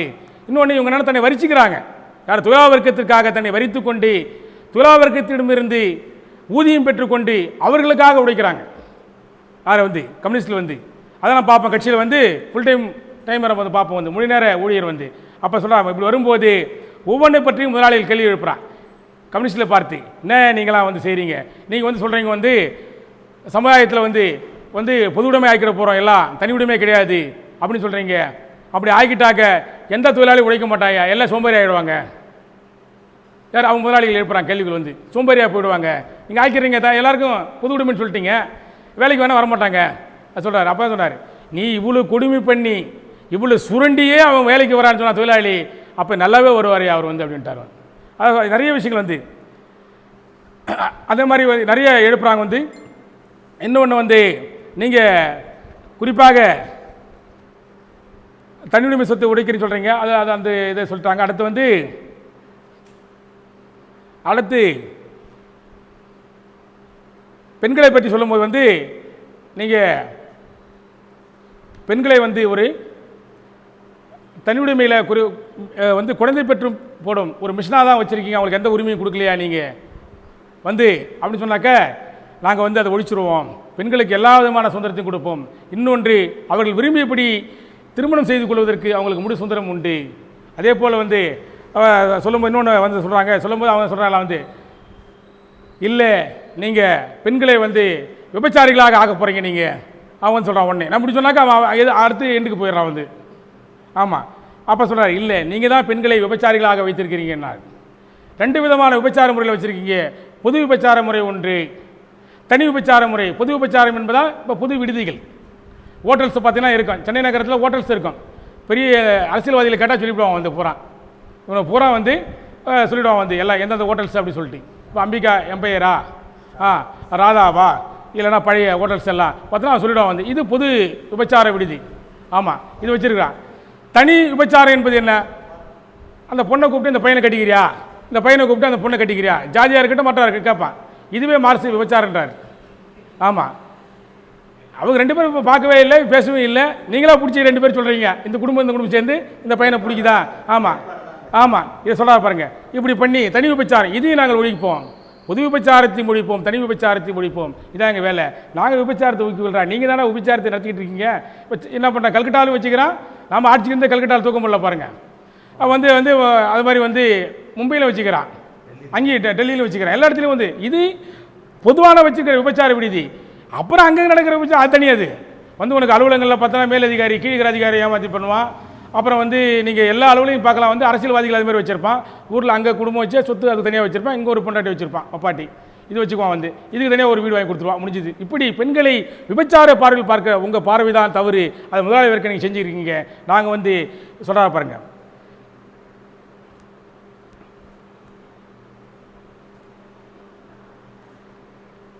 முதலாளித்துவ குடும்பத்தின் உடனிகழ்வு மறையும் போது கூடவே முதலாளித்துவ குடும்பம் இயல்பாக மறைந்து போகும். மூலதனம் மறையும் போது இரண்டுமே மறைந்து போகும்னு சொல்லிட்டு சொல்கிறார். அதே போல் வந்து கல்வி பற்றி சொல்கிறார். வந்து எல்லாருக்கும் சமூக முறையில் உள்ள கல்வி நாங்கள் கொடுப்போம் அப்படின்னு சொல்கிறார். இதை பார்த்தினாக்க இதையும் அவங்க கேள்வி எழுப்புறாங்க. எல்லாத்தையும் பார்த்தீங்கன்னா முதலாளித்துவ பார்வையில் வந்து உங்களால் எதுவுமே செய்ய முடியாது என்று கம்யூனிஸ்ட்களை பார்த்து தான் முதலாளிகள் எழுப்புகிற பல்வேறு விதமான கேள்விகளுக்கு இது ஒரு இன்ட்ரெஸ்டிங்கான பகுதி. வந்து நம்ம வந்து என்ன வினாக்கள் இப்போ நம்ம பார்த்துருப்போம். நம்ம வந்து இங்கே நமக்கு காங்கிரஸ் கட்சிக்காரர் என்ன சொல்கிறார், காமராஜ் உள்பட கலிகுணம் கம்யூனிஸ்ட்டில் வந்தாக்க 2 மாடு வச்சுக்கிறீங்க நீ விவசாயி, ஒரு மாடை பூச்சி போடுவான், வலது மாட்டை இடது மாடை வச்சுக்கிட்டு தான் வந்து எப்படி ஓட்டுன்னு கேட்டான். இப்படி பல்வேறு விதமான வினாக்கள் இவங்களை வந்து அவ்வளோ விதமான வந்து இங்கே நம்ம இங்கே இருக்கிற காங்கிரஸ்காரன் நம்மளை கேட்டுக்கிட்டு இருந்தான். நாம் சொன்ன மாடையெல்லாம் பொதுவுடைமை ஆகிடுவோம். நம்ம வந்து ஆளுக்கு 2 மாடும் வச்சுக்கலாம். இது என்ன கேட்டாக்கா தனி உழவர் வச்சுக்கிற மாட்டை நாம் பிடிக்க போகிறது கிடையாது. பண்ணையும் இருக்கும், தனி மாடையும் வச்சுக்கலாம். என்றைக்கு அவர் வந்து புரிஞ்சுக்கிட்டே வந்து இனிமேல் எல்லாரும் மேய்க்க முடியலைங்க இதை வச்சுக்கிட்டு விவசாயி உண்மையாகவே அந்த 2 ஏக்கர் அதிகமாக நமது யார் பெரு விவசாயிகள் இப்போ கூட ஒரு பட்டியல் எடுத்துக்காம பாருங்கள். கிட்டத்தட்ட 50 லட்சம் விவசாயிகள் இருக்குன்னா அதில் 50,000 பேர் தான் பணக்கார விவசாயிகள் தமிழ்நாட்டில். இது எல்லாமே 2 ஏக்கர் வந்து 1 ஏக்கர் உள்ள சிறு விவசாயிகள் தான் அதிகம் தமிழ்நாட்டில். இப்போ இந்த 50 லட்சம் பேரில் இதில் நிலத்தோடு கட்டப்பட்டவர்கள் தான் இந்த விவசாயிகள். 24 மணி நேரம் அந்த சிறு விவசாயி பார்க்கணும், மாட்டை பார்க்கணும், வயலை பார்க்கணும்னு சொல்லிட்டு. இப்போ அவரை ரிலீஸ் ஆகிட போகிறாரு. 8 மணி நேரம் தான் கூட்டு பண்ண வரப்போகுது. 8 மணி நேரம் அவர் 8 மணி நேரத்தில் அவர் மாட்டையும் பார்த்துக்கலாம், மற்ற வேலையும் செஞ்சுக்கலாம். நீ வந்து அப்போ வந்து 8 மணி நேரம் அவர் மட்டும் அவருக்கு இன்னும் ஒர்க்கை முடிச்சுட்டு வெளியே வந்துடலாம். நிலத்தோடு கட்டப்பட்டிருக்கிற விவசாயம் முதல்ல ரிலீஸ் ஆகிடுவான். வந்து இப்படி இருக்கிற சூழல் இது எல்லாத்தையும் சொல்கிறார். வாடகை பற்றி பேசுகிறாரு. வாடகைகள் எப்படி நகரங்கள் இருக்குது, அது எப்படி எல்லா விதமான விஷயமும் இதில் இந்த பாட்டாளி கம்யூனிஸ்ட் பகுதி குறிப்பாக நாங்கள் வந்து என்ன செய்ய போகிறோம், ஆட்சிக்கு வந்தால் துலாவருக்கு ஆட்சிக்கு வருகிற போது என்ன நாங்கள் கொண்டு வருவோம் கொள்கை திட்டத்தில் முடிவு கொண்டு சமூக முடிவு கொண்டு சொல்கிறார். நிலத்தில் சொத்துரிமையை ஒழித்தல். நிலத்தில் வந்து சொத்துரிமை, தனியார் சொத்துரிமை, எந்த வகையான சொத்துரிமை, நில வாடகைகள் அனைத்தையும் பொது காரியங்களுக்கு பயன்படுத்தல் எல்லாத்தையும் வந்து கடுமையான வளர்வித அல்லது படித்தர வருமான வரி இதெல்லாம் என்ன விதமான வரிகள் இருக்குதோ அந்த வரிகள் எல்லாம் பார்த்தனாக்க நாங்கள் நீக்கிடுவோம். இன்னொன்று மறைமுகமான வரி என்பதை மார்க்ஸ் கடுமையாக ஏற்றார். மார்க்ஸ் ஏங்கல்ஸ் வெளிப்படையான வரி நீ அறிவி, இந்த பொருளை சோப்பா 20 ரூபாயா 5 ரூபா வரினா 5 ரூபா வரின்னு வெளியே சொல்லிட்டு வந்து நீ வந்து இந்த டேக்ஸ் அந்த டேக்ஸ்னு சொல்லிட்டு மறைமுக வரி போடாது, நேரடியான வரி போட்டால் தான் தொழிலாளருக்கு தெரிஞ்சுக்குவான். அப்போ தான் வந்து அவர்களுக்கு முதலாளிகள் எவ்வளோ சுருண்டுகிறார் என்ற தெரியாது. வந்து பரம்பரை வாரிசாய் சொத்துரிமை பெறும் உரிமை அனைத்தையும் ஒழித்தல். இதை நீங்கள் பார்க்கலாம். மடங்களுக்கு இருக்கிற சொத்துக்கள் எல்லாம் பாரம்பரிய வர சொத்துக்கள் இதை பூராமே வந்து வெள்ளக்காரன் அபகரித்தான் வந்து இந்தியாவில். அடுத்த வாரிசு இல்லைனாக்கா அவனுக்கு எடுத்துக்குவான் சொத்தை. இப்போ நாம் என்ன சொல்கிறேன்னு கேட்டாக்க கம்யூனிஸ்டில் வந்து இது மடங்கள் இருக்க சொத்தை புறத்தையுமே எடுத்தாகணும். சைவ மடம், வைணவ மடம் எல்லாம் காஞ்சி மடம் உள்பட இந்த வாரிசு உரிமையில் வரக்கூடிய சொத்து இவனா ஒரு ஆள் வாரிசு நியமிச்சிடுவான். நியமிச்சுட்டு ஒரு கும்பல் வந்து அனுபவிச்சுட்டே இருப்பான். சொத்தை புறம் பார்த்தீங்கன்னாக்க ஒரு கும்பல் வந்து அனுபவித்து கொண்டே இருப்பான். அதை புறத்தையும் நம்ம எடுத்துருவோம். நாட்டை விட்டு வெளியேறிடுவோர், கழகக்காரர்கள் ஆகியோர் எல்லோரும் சொத்தையும் பறிமுதல் செய்வோம். ஓடிடுறான் முதலாளிகள், இல்லை பெரிய பெரிய பணக்காரன் ஓடிடுற நாட்டை விட்டுனா ரைட்டு ஓடுறு உங்கள் சொத்தை நாங்கள் எடுத்துக்குவோம். சீனாவிலே அது நடந்தது, ரஷ்யாவில் நடந்தது, எல்லாம் பல பேர் ஓடிப்பான் வந்து பயந்துக்கிட்டு புரட்சி வர காலத்தில். சரி போயிட்டு ரைட்டு உங்கள் சொத்து அந்த ஊர் பகுதி மக்களுக்கு சொந்தம், அந்த தொழிலாளர்களுக்கு அந்த விவசாய சொந்தம். அரசு மூலத்துடன் தனி உரிமையான ஏகபோகம் கொண்ட தேசிய வங்கியின் மூலமாய் கடன் செலாவணி அரசின் கையில் ஒரு சேர மையப்படுத்துதல். இந்த மாதிரி செய்தி தொடர்பு எல்லாம் போன மொத்த போக்குவரத்து இதெல்லாம் எங்கள் உங்களை கொண்டு வந்துட்டார். எல்லா குழந்தைகளுக்கும் பொது பள்ளிக்கூடங்களில் இலவச கல்வி அளித்தல், ஆலைகளில் குழந்தைகளது உழைப்பின் தற்போதைய வடிவை ஒழித்தல். குழந்தை தொழிலாளர்கள் இருக்காங்க இல்லையா, இங்கே குழந்தை தொழிலாளர் உழைப்பை வந்து ஒழிச்சிட்டுன்னு சொல்கிறானே தவிர எல்லா இடத்துலையும் இருப்பான். அப்போ செக் பண்ணும்போது 2 பேர் மாட்டுவான், ஒரு பையன் போடுவான், அதில் முடிஞ்சு போச்சு. இப்போ டீ விற்றுட்டு போகிறான் ஒருத்தவன், இது மாதிரி ஒரு 10 பேர் வச்சுக்கிட்டு அந்த விற்றுட்டு இருக்கான் டீ வந்து அந்த ஓனர். பார்த்தீங்கன்னாக்கா எல்லாம் குழந்தை தொழிலாளர் பயன்படுத்திக்கிட்டு இருப்பான் எல்லா கடைகளிலும் நான் பார்க்குறோம் வந்து. இப்படி இந்த மாதிரி இருக்கிற எல்லாத்துக்கும் அவர்களுக்கு கல்வியே வந்து பொருள் உற்பத்தியுடன் இணைத்தல். என்ன பிற கல்வியை வந்து வெறும் தேரியாக சொல்லி கொடுத்துட்ருப்பான். நம்ம ஊரில் மிஷினே பார்க்க மாட்டான் வந்து, வெறும் மிஷின் இந்த பிக்சர் தான் நம்மளால் பார்த்துக்கிட்டு இருப்பான். இன்ஜினியர் படிக்கிற ஸ்டூடெண்ட்ஸே தொழில் உற்பத்தியோடு அந்த மாணவரை இணைச்சிருக்கு. ஃபஸ்ட் வருஷம் படிக்கிறாரா, 2ஆவது வருஷம் 3ஆவது வருஷம் 4ஆவது வருஷம் அவர் உற்பத்தியில் இருக்கணும். அவருக்கு ப்ரொடக்ஷனில் இருந்தால் தான் அவருக்கு எப்படி இந்த நம்ம படித்ததெல்லாம் நமக்கு நேரில் பார்க்குறேன்னு தெரியும். அப்போ தான் அவர் வந்து அந்த தொழில்நுட்பத்தை கற்றுக்கிட்டா அவர் எங்கேயும் வேலைக்கு போக முடியும். இல்லைனா அவர் 6 மாதம் என்ன பண்ணுறான், ட்ரைனிங்கில் போட்டு திரும்பி அவரை ஒரு குறைந்த சம்பளத்தில் வேலை வாங்கி போகிறான் வந்து. இப்படி பண்ணுற சூழ்ச்சியெல்லாம் நாங்கள் வந்து ஒழிச்சு கொண்டோன்றதான் முக்கியமானது.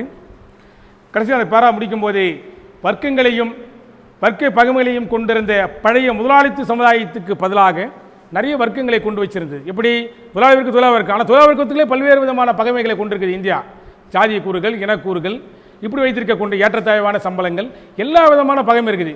பார்த்தீங்கன்னாக்க இந்த பகைமை கூறுகளை எல்லாத்தையும் நம்ம வீழ்த்திட்டு ஒவ்வொருவரும் தங்கு தடையின்றி சுதந்திரமாய் வளர்வதையே எல்லோரும் தங்கு தடையின்றி சுதந்திரமாய் வளர்வதற்கான நிபந்தனையாய் கொண்ட மக்கள் கூட்டு ஒன்று எழுந்து விடுகிறார். அவர் விரும்பியபடி வாழலாம். இங்கே விரும்பியபடி வாழ்வது என்பது எப்படின்னு கேட்டாக்க முதலாளித்தினுடைய மூலதன வளர்ச்சிக்கு ஏற்ற மாதிரி உன்னுடைய விருப்பம் இருக்கும்.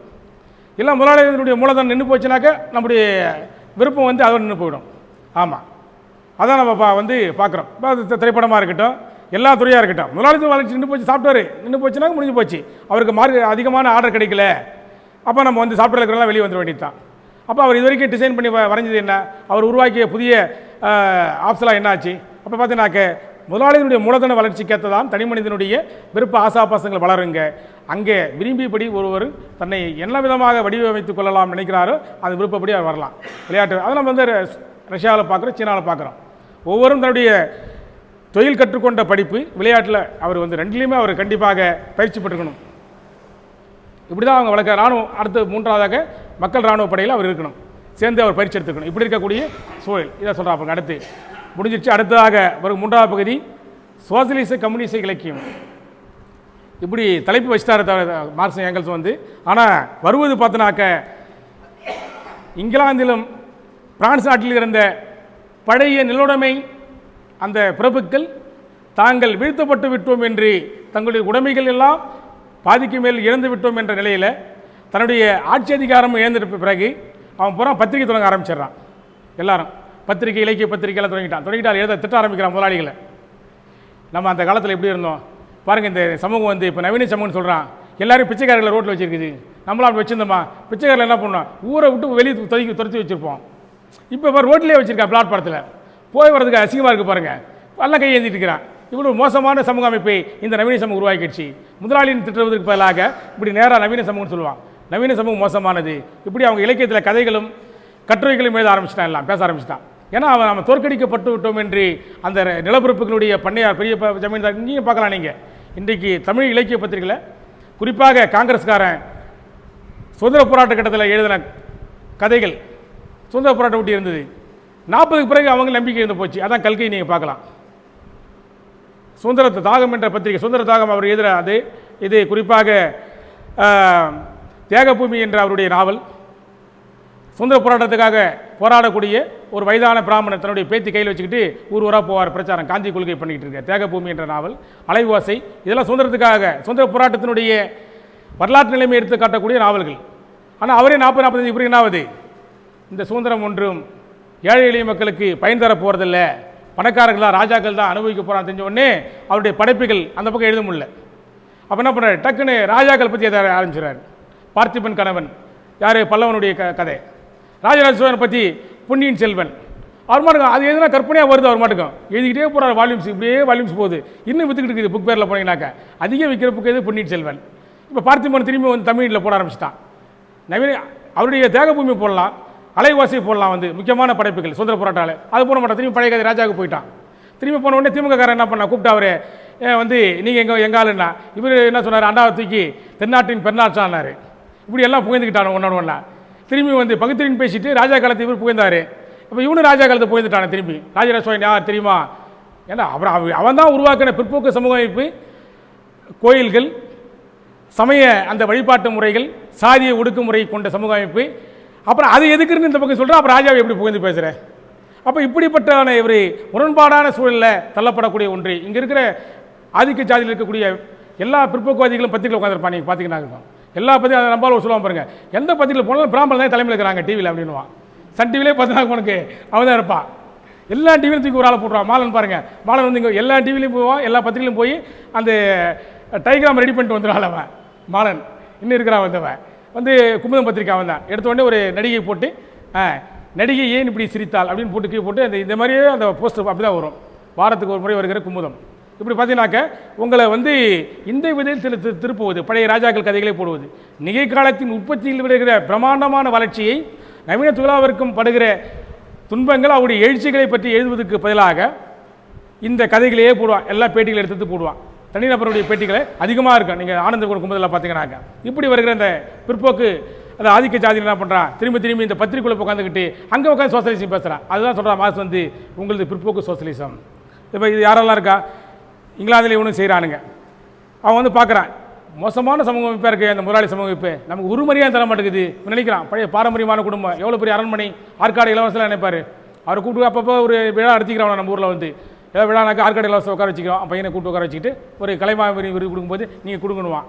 அப்படிலாம் கொடுத்துட்றான். நியமன எம்எல்ஏவும் வந்துடுவார் சில நேரங்களில். இப்படி இந்த பழைய ராஜாக்கள் குடும்பம் எல்லாம் பார்த்தீங்கன்னா இன்றைக்கி இருக்கான்லாம். அவங்களாம் வேறு ஏதாவது ஒரு துறையில் உட்காந்துக்குவான். இப்படி உட்காந்துக்கிட்டு அவன் பேசுகிற விஷயம் இன்றைக்கெலாம் ஜனங்க சரியாக ஒன்றும் ரெஸ்பான்ஸ் பண்ண மாட்டாங்க. அந்த காலத்துலாம் மரியாதை பண்ணுவாங்கய்யா. ஏன்னா வரும்போது எல்லாம் துணி கட்டிக்கிட்டு ஐயா வாங்கய்யா, ஐயா வணக்கம்னு சொல்லுவான். இப்போ அப்படி பண்ணலைன்றது தான் அவனுக்கு ஒரு கவலை. இந்த மாதிரி இருக்கக்கூடிய நபர்கள், அப்புறம் வந்து ஆன்மீகத்தை புகழ்ந்து பேசுகிற இந்த நபர்கள். ஆமாம், கிறிஸ்துவத்தில் என்னெல்லாம் சொல்லப்பட்டிருக்குது, இன்றைக்கி அது மாதிரி நடக்கிறாங்களா? யாராவது குரானில் இருக்கிற மாதிரி நடக்கிறாங்களா அப்படின்னு பேசுவான் வந்து. இதே மாதிரி இங்கே பேசுவான் நம்மால் வந்து சைவத்தில் என்ன சொல்லப்பட்டிருக்குது, வைணவத்தில் என்ன, அன்றைக்கி இருந்த ஆழ்வார்கள் எப்படி இருந்தாங்க, இன்றைக்கெல்லாம் மோசங்க, யாரும் சரியில்லைங்க அப்படின்னு வந்து இப்படி பேசிக்கொண்டிருக்கிற சமய இலக்கியங்கள். அது சொல்கிறார். அதுக்கு பிறகு வருகிற குட்டி முதலாளித்துவ சோசியலிசம். அவன் ஒரு தரப்பு இருக்கிறான், சிறு முதலாளிகள். இவன் பூரா அங்கங்கே இருக்கிற சிறு முதலாளிகள் பார்த்தீங்கன்னாக்க நமக்கு குறிப்பாக இங்கே வந்து சென்னை நகரங்களிலும் கோயம்புத்தூர் திருப்பூரில் இருக்கிற சிறிய முதலாளிகள் இவன் தரப்பாக எழுதக்கூடிய நபர்கள். இவன் என்ன பண்ணுவான் வந்து எல்லாமே வந்து தொழிலாளர் வர்க்கத்தின் மீதே தலைவியில் போட்டுறது, முதலாளிகள் செய்கிறதில்ல. முதலாளியின் மீது இருக்கிற பாசங்களை சொல்லுவாங்க வந்து. முதலாளிகள் பரவாயில்ல, என்னதான் இருந்தாலும் பாசம் இருக்குங்க. அவர் அந்த பொண்ணை அவர் தவறாக நடந்துக்கினார், கடைசியில் ஆனால் மனைவியை ஏற்றுக்கினார். அவர் வந்து அந்த முதலாளி வந்து ஏற்றுக்கினார். நம்ம படங்களே நிறைய வரும் உங்களுக்கு. ஆமாம், ஏற்றுக்கினார். அவர் நல்ல ஒரு முதலாளி அவர். ஆமாம், இப்படி இருக்கக்கூடிய ஒன்று.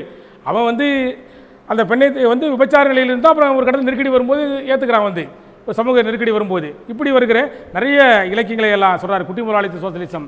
இவர்கள் எப்பொழுதும் பேசுவதெல்லாம் இந்த சோசியலிசம் பேசினாலும் கூட இவர்கள் யாரோட இருக்காங்க, முதலாளி வர்க்கத்தோடு சேருவதற்கு தான் எப்போது தயாராக இருக்காள். அரசு ஏதாவது நமக்கு விருது கொடுக்காதா, அரசு ஏதாவது மானிய குழுவில் நம்மளை இணைக்காதா, ஏதாவது ஒரு வாரியத்தில் பொறுப்பு கொடுக்காதா என்பதற்காக இவன் பூரா வரிந்து கட்டி கொண்டு எழுதிக்கிட்டு இருப்பான் இந்த அரசாங்கத்தை பற்றி. ஆமாம், ஏன் புகைந்து பேசுவான், இங்கே வெளியே பேசுவான். ஆனால் பார்த்தினாக்க முதலாளி வர்க்கத்தோட ஆட்சியாளரோட கை குலுக்கிட்டு இருப்பான் இடது கையை. வலது கையில் ஜனநாயகத்தை பேசிக்கொண்டு இடது கையை வந்து முதலாளி வர்க்கத்தோடு குலுக்கி கொண்டிருப்பவர்கள், விருதுகளுக்காக அதில் கிடைக்கக்கூடிய பல லட்சங்களுக்காக சுற்றி கொண்டிருக்கக்கூடிய ஒரு தரப்புகள் இந்த குட்டி முதலாளித்த எழுத்தாளர்கள். அது சொல்கிறார். அதை சொல்லிட்டு நமக்கு யார் உண்மையான எழுத்தாளர்கள் இருக்காங்கன்ற ஒரு லிஸ்ட்டும் அவங்க வந்து அதில் குறிப்பிட்றாங்க. அது குறிப்பாக நம்ம பார்க்கலாம் வந்து பிரான்ஸில் வந்த முக்கியமான நமக்குடைய நபர்கள், அதே வந்து ஜெர்மனியில் வந்த கதே என்றவர், பிரான்ஸில் இந்த முக்கியமான நபர்கள் இருக்க விக்டர் கியூகோ. ஆமாம், இவங்களாம் பின்னாடி வராங்க. விக்டர் கியூகோ, அப்புறம் வந்து இன்னொரு பால்சாக்கர். ஆமாம், பால்சாக்கர். இவர் தான் புகைப்பட்ட ஒரு புரட்சிகர எழுத்தாளர். அவர் என்ன தொழிலாளர் வர்க்கத்தை நேரடியாக வரலாம், நியாயம் எது அநியாயம் என்று சொல்லுங்கள். இதை பெரிய தொழிலாளர்கள் கஷ்டப்பட, ஏழைகள் கஷ்டப்படுறாங்க, அது இது ஏன் அப்படி வச்சுருக்கீங்கன்னு சொல்லிட்டு அவங்க பக்கம் பரிந்து பேசக்கூடிய எழுத்தாளர்கள், இப்படி இருக்கக்கூடிய நபர்கள் உண்டு. அவர்களெல்லாம் நமக்கு வேண்டியவர்கள் என்று இங்கே மாசங்கள் சொல்லக்கூடிய ஒன்று. அப்புறம் முதலாளிகள் நேரடியாக வரக்கூடிய ஒன்று. அப்புறம் அவங்க பேசக்கூடிய விமர்சன கற்பனா சோசியலிசமும் உண்டு. கற்பனாவாதமாக பேசக்கூடிய இது முதலாளித்து நமக்கு பேசக்கூடிய அதிக விதமான இலக்கியங்கள் நம்முடைய செய்திகளெல்லாம் பார்த்தீங்கன்னாக்க கற்பனாவாத சோசியலிசம் தான் பேசி கொண்டிருக்குது. அவங்களுடைய இலக்கியங்கள் எல்லாம், அது டிவி தொடராக இருக்கட்டும், சினிமாவாக இருக்கட்டும், எந்த படமாக இருக்கட்டும், உணர்ச்சிகரமான பாடலாக இருக்கும். பார்த்தீங்கன்னாக்கா பயங்கரமாக இருக்கும். அவர் என்ன கற்பனாவிதமாக ஒரு படத்தை முடிச்சிருப்பார் வந்து. நிறைய படங்கள் நம்ம இருக்கும். இப்போ கத்தி படம், இப்போ ஏதோ ஆமாம் எம்ஜிஆர் படமே வந்து கற்பனா சோசியலிஸ்ட் தான் எல்லாமே. பார்த்தீங்கன்னாக்கா அவர் இருப்பார், தொழிலாளி நடிப்பார், அந்த தொழிலாளி எப்படி இருப்பார்னா அவர் உற்பத்திக்கு போகவே மாட்டார், கம்பெனியே தெரியாது உங்களுக்கு வந்து தொழிலாளி அப்படி இருப்பார் தொழிலாளி. அப்புறம் லவ் பண்ணுவார். அவர் வந்து எப்படி மாடல் அவருக்குன்னு ஒரு தொழிலாளிக்குன்னு ஒரு சட்டை அந்த கெத்தெல்லாம் வச்சுக்குவார். அப்போ அவர் பாட்டு பாடிக்கிட்டு இருப்பார், தொழிலாளி நானும் ஒரு தொழிலாளி பாடிட்டு இருப்பார். இப்படி தான் அந்த தொழிலாளியுடைய மொத்த விஷயத்தையும் பேசாமல் ஒரு பொது உணர்ச்சி, பொது சோகம், பொது ஒரு கழிவு இதெல்லாம் பண்ணிட்டு கழிவு இறக்கம், அவர் மேலே ஒரு பெரிய இறக்கம் கொள்வது போல் இப்படி பண்ணி கொண்டு இருக்கக்கூடிய இந்த பத்திரிகை இதெல்லாம் இன்றைக்கு நமக்கு அதிகமாக உற்பத்தி செய்து கொண்டிருக்கக்கூடிய இலக்கியம் என்பது டிவி உள்பட. டிவி ஒரு இலக்கியம் தான்.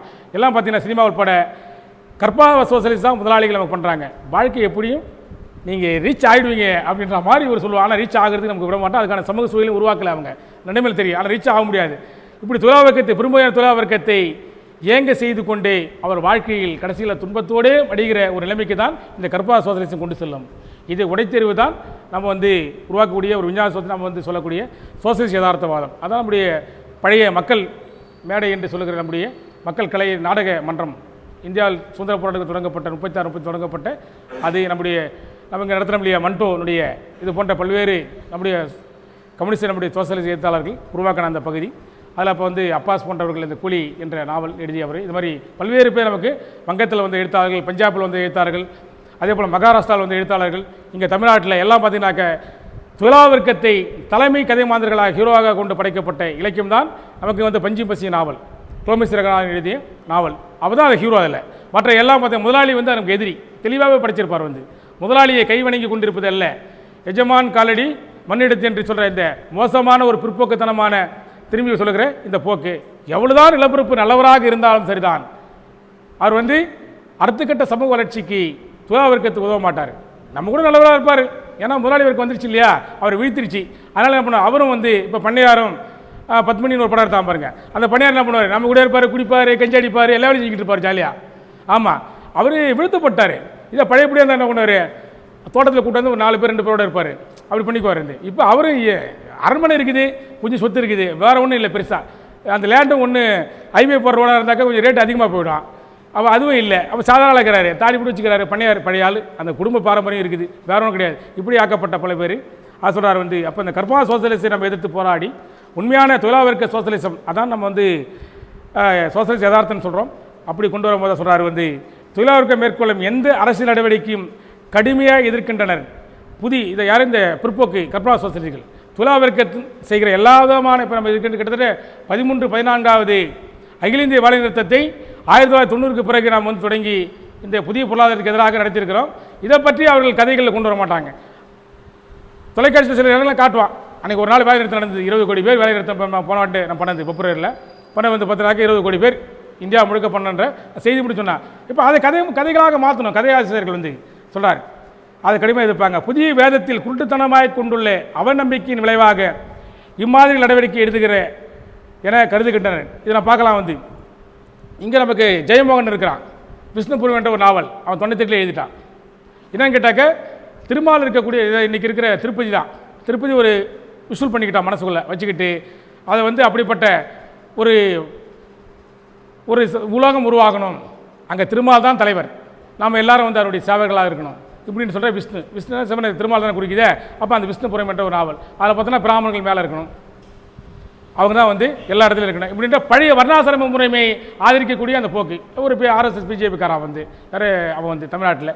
இப்போ நம்ம பார்க்கலாம், இவர் ராமகிருஷ்ணன்லாம் வந்து ராமகிருஷ்ணன்லாம் சோசியலிஸ்ட் சார்பாக ஆதரித்து எழுதக்கூடியவர். ஆனால் இங்கே உள்ள உதிரி பாட்டாளிகள் இன்னொன்று வழிபோக்கனாக சென்று எல்லாத்தையும் தெரிந்து கொள்ளக்கூடிய ஒரு இதாக வரக்கூடிய அவருடைய கதைப்போக்குகள் இப்படி இருக்கக்கூடிய ஒன்று. முடிஞ்சது பகுதி 3வது பகுதி. 4வது பகுதி ஒரே பக்கம் உள்ள பகுதி, தற்போது உள்ள பற்பல எதிர்க்கட்சிகளை குறித்து கம்யூனிஸ்டுடைய நிலை. அதை சொல்கிறார் வந்து, இங்கிலாந்தில் இருந்த கட்சிகளை எந்த கட்சி நம்ம வந்து ஆதரிப்பது, கம்யூனிஸ்டுகள் வந்து அங்கே ஒரு தொழிலா வர்க்க கட்சி இருக்குது.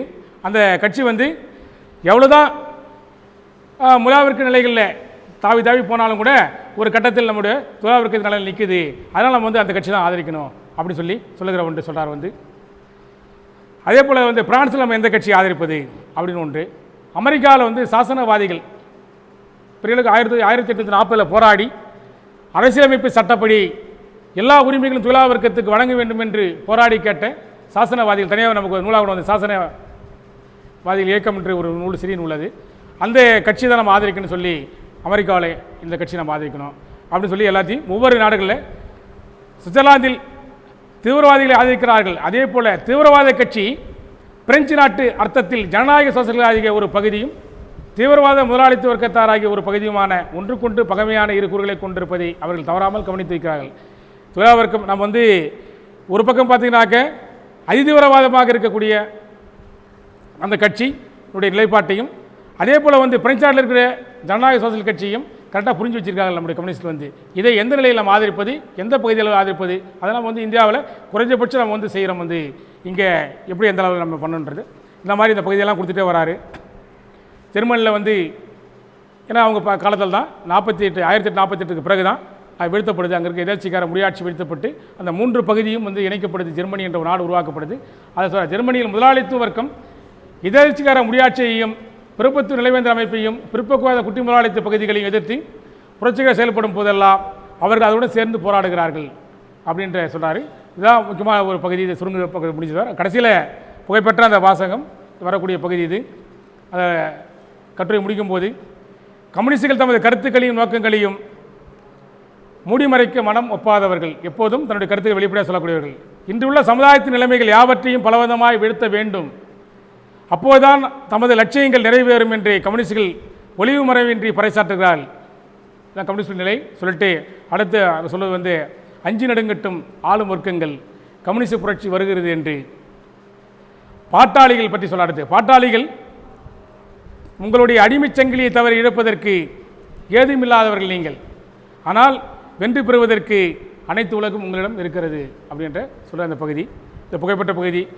இது அந்த கம்யூனிஸ்ட் லீக் என்ற குழுவிற்கு கிட்டத்தட்ட 12 அமைப்புகள் இணைந்து உருவாக்கிய அந்த கம்யூனிஸ்ட் லீக் குழுவுக்கு தான் இந்த கட்டுரை கொடுக்குறாங்க.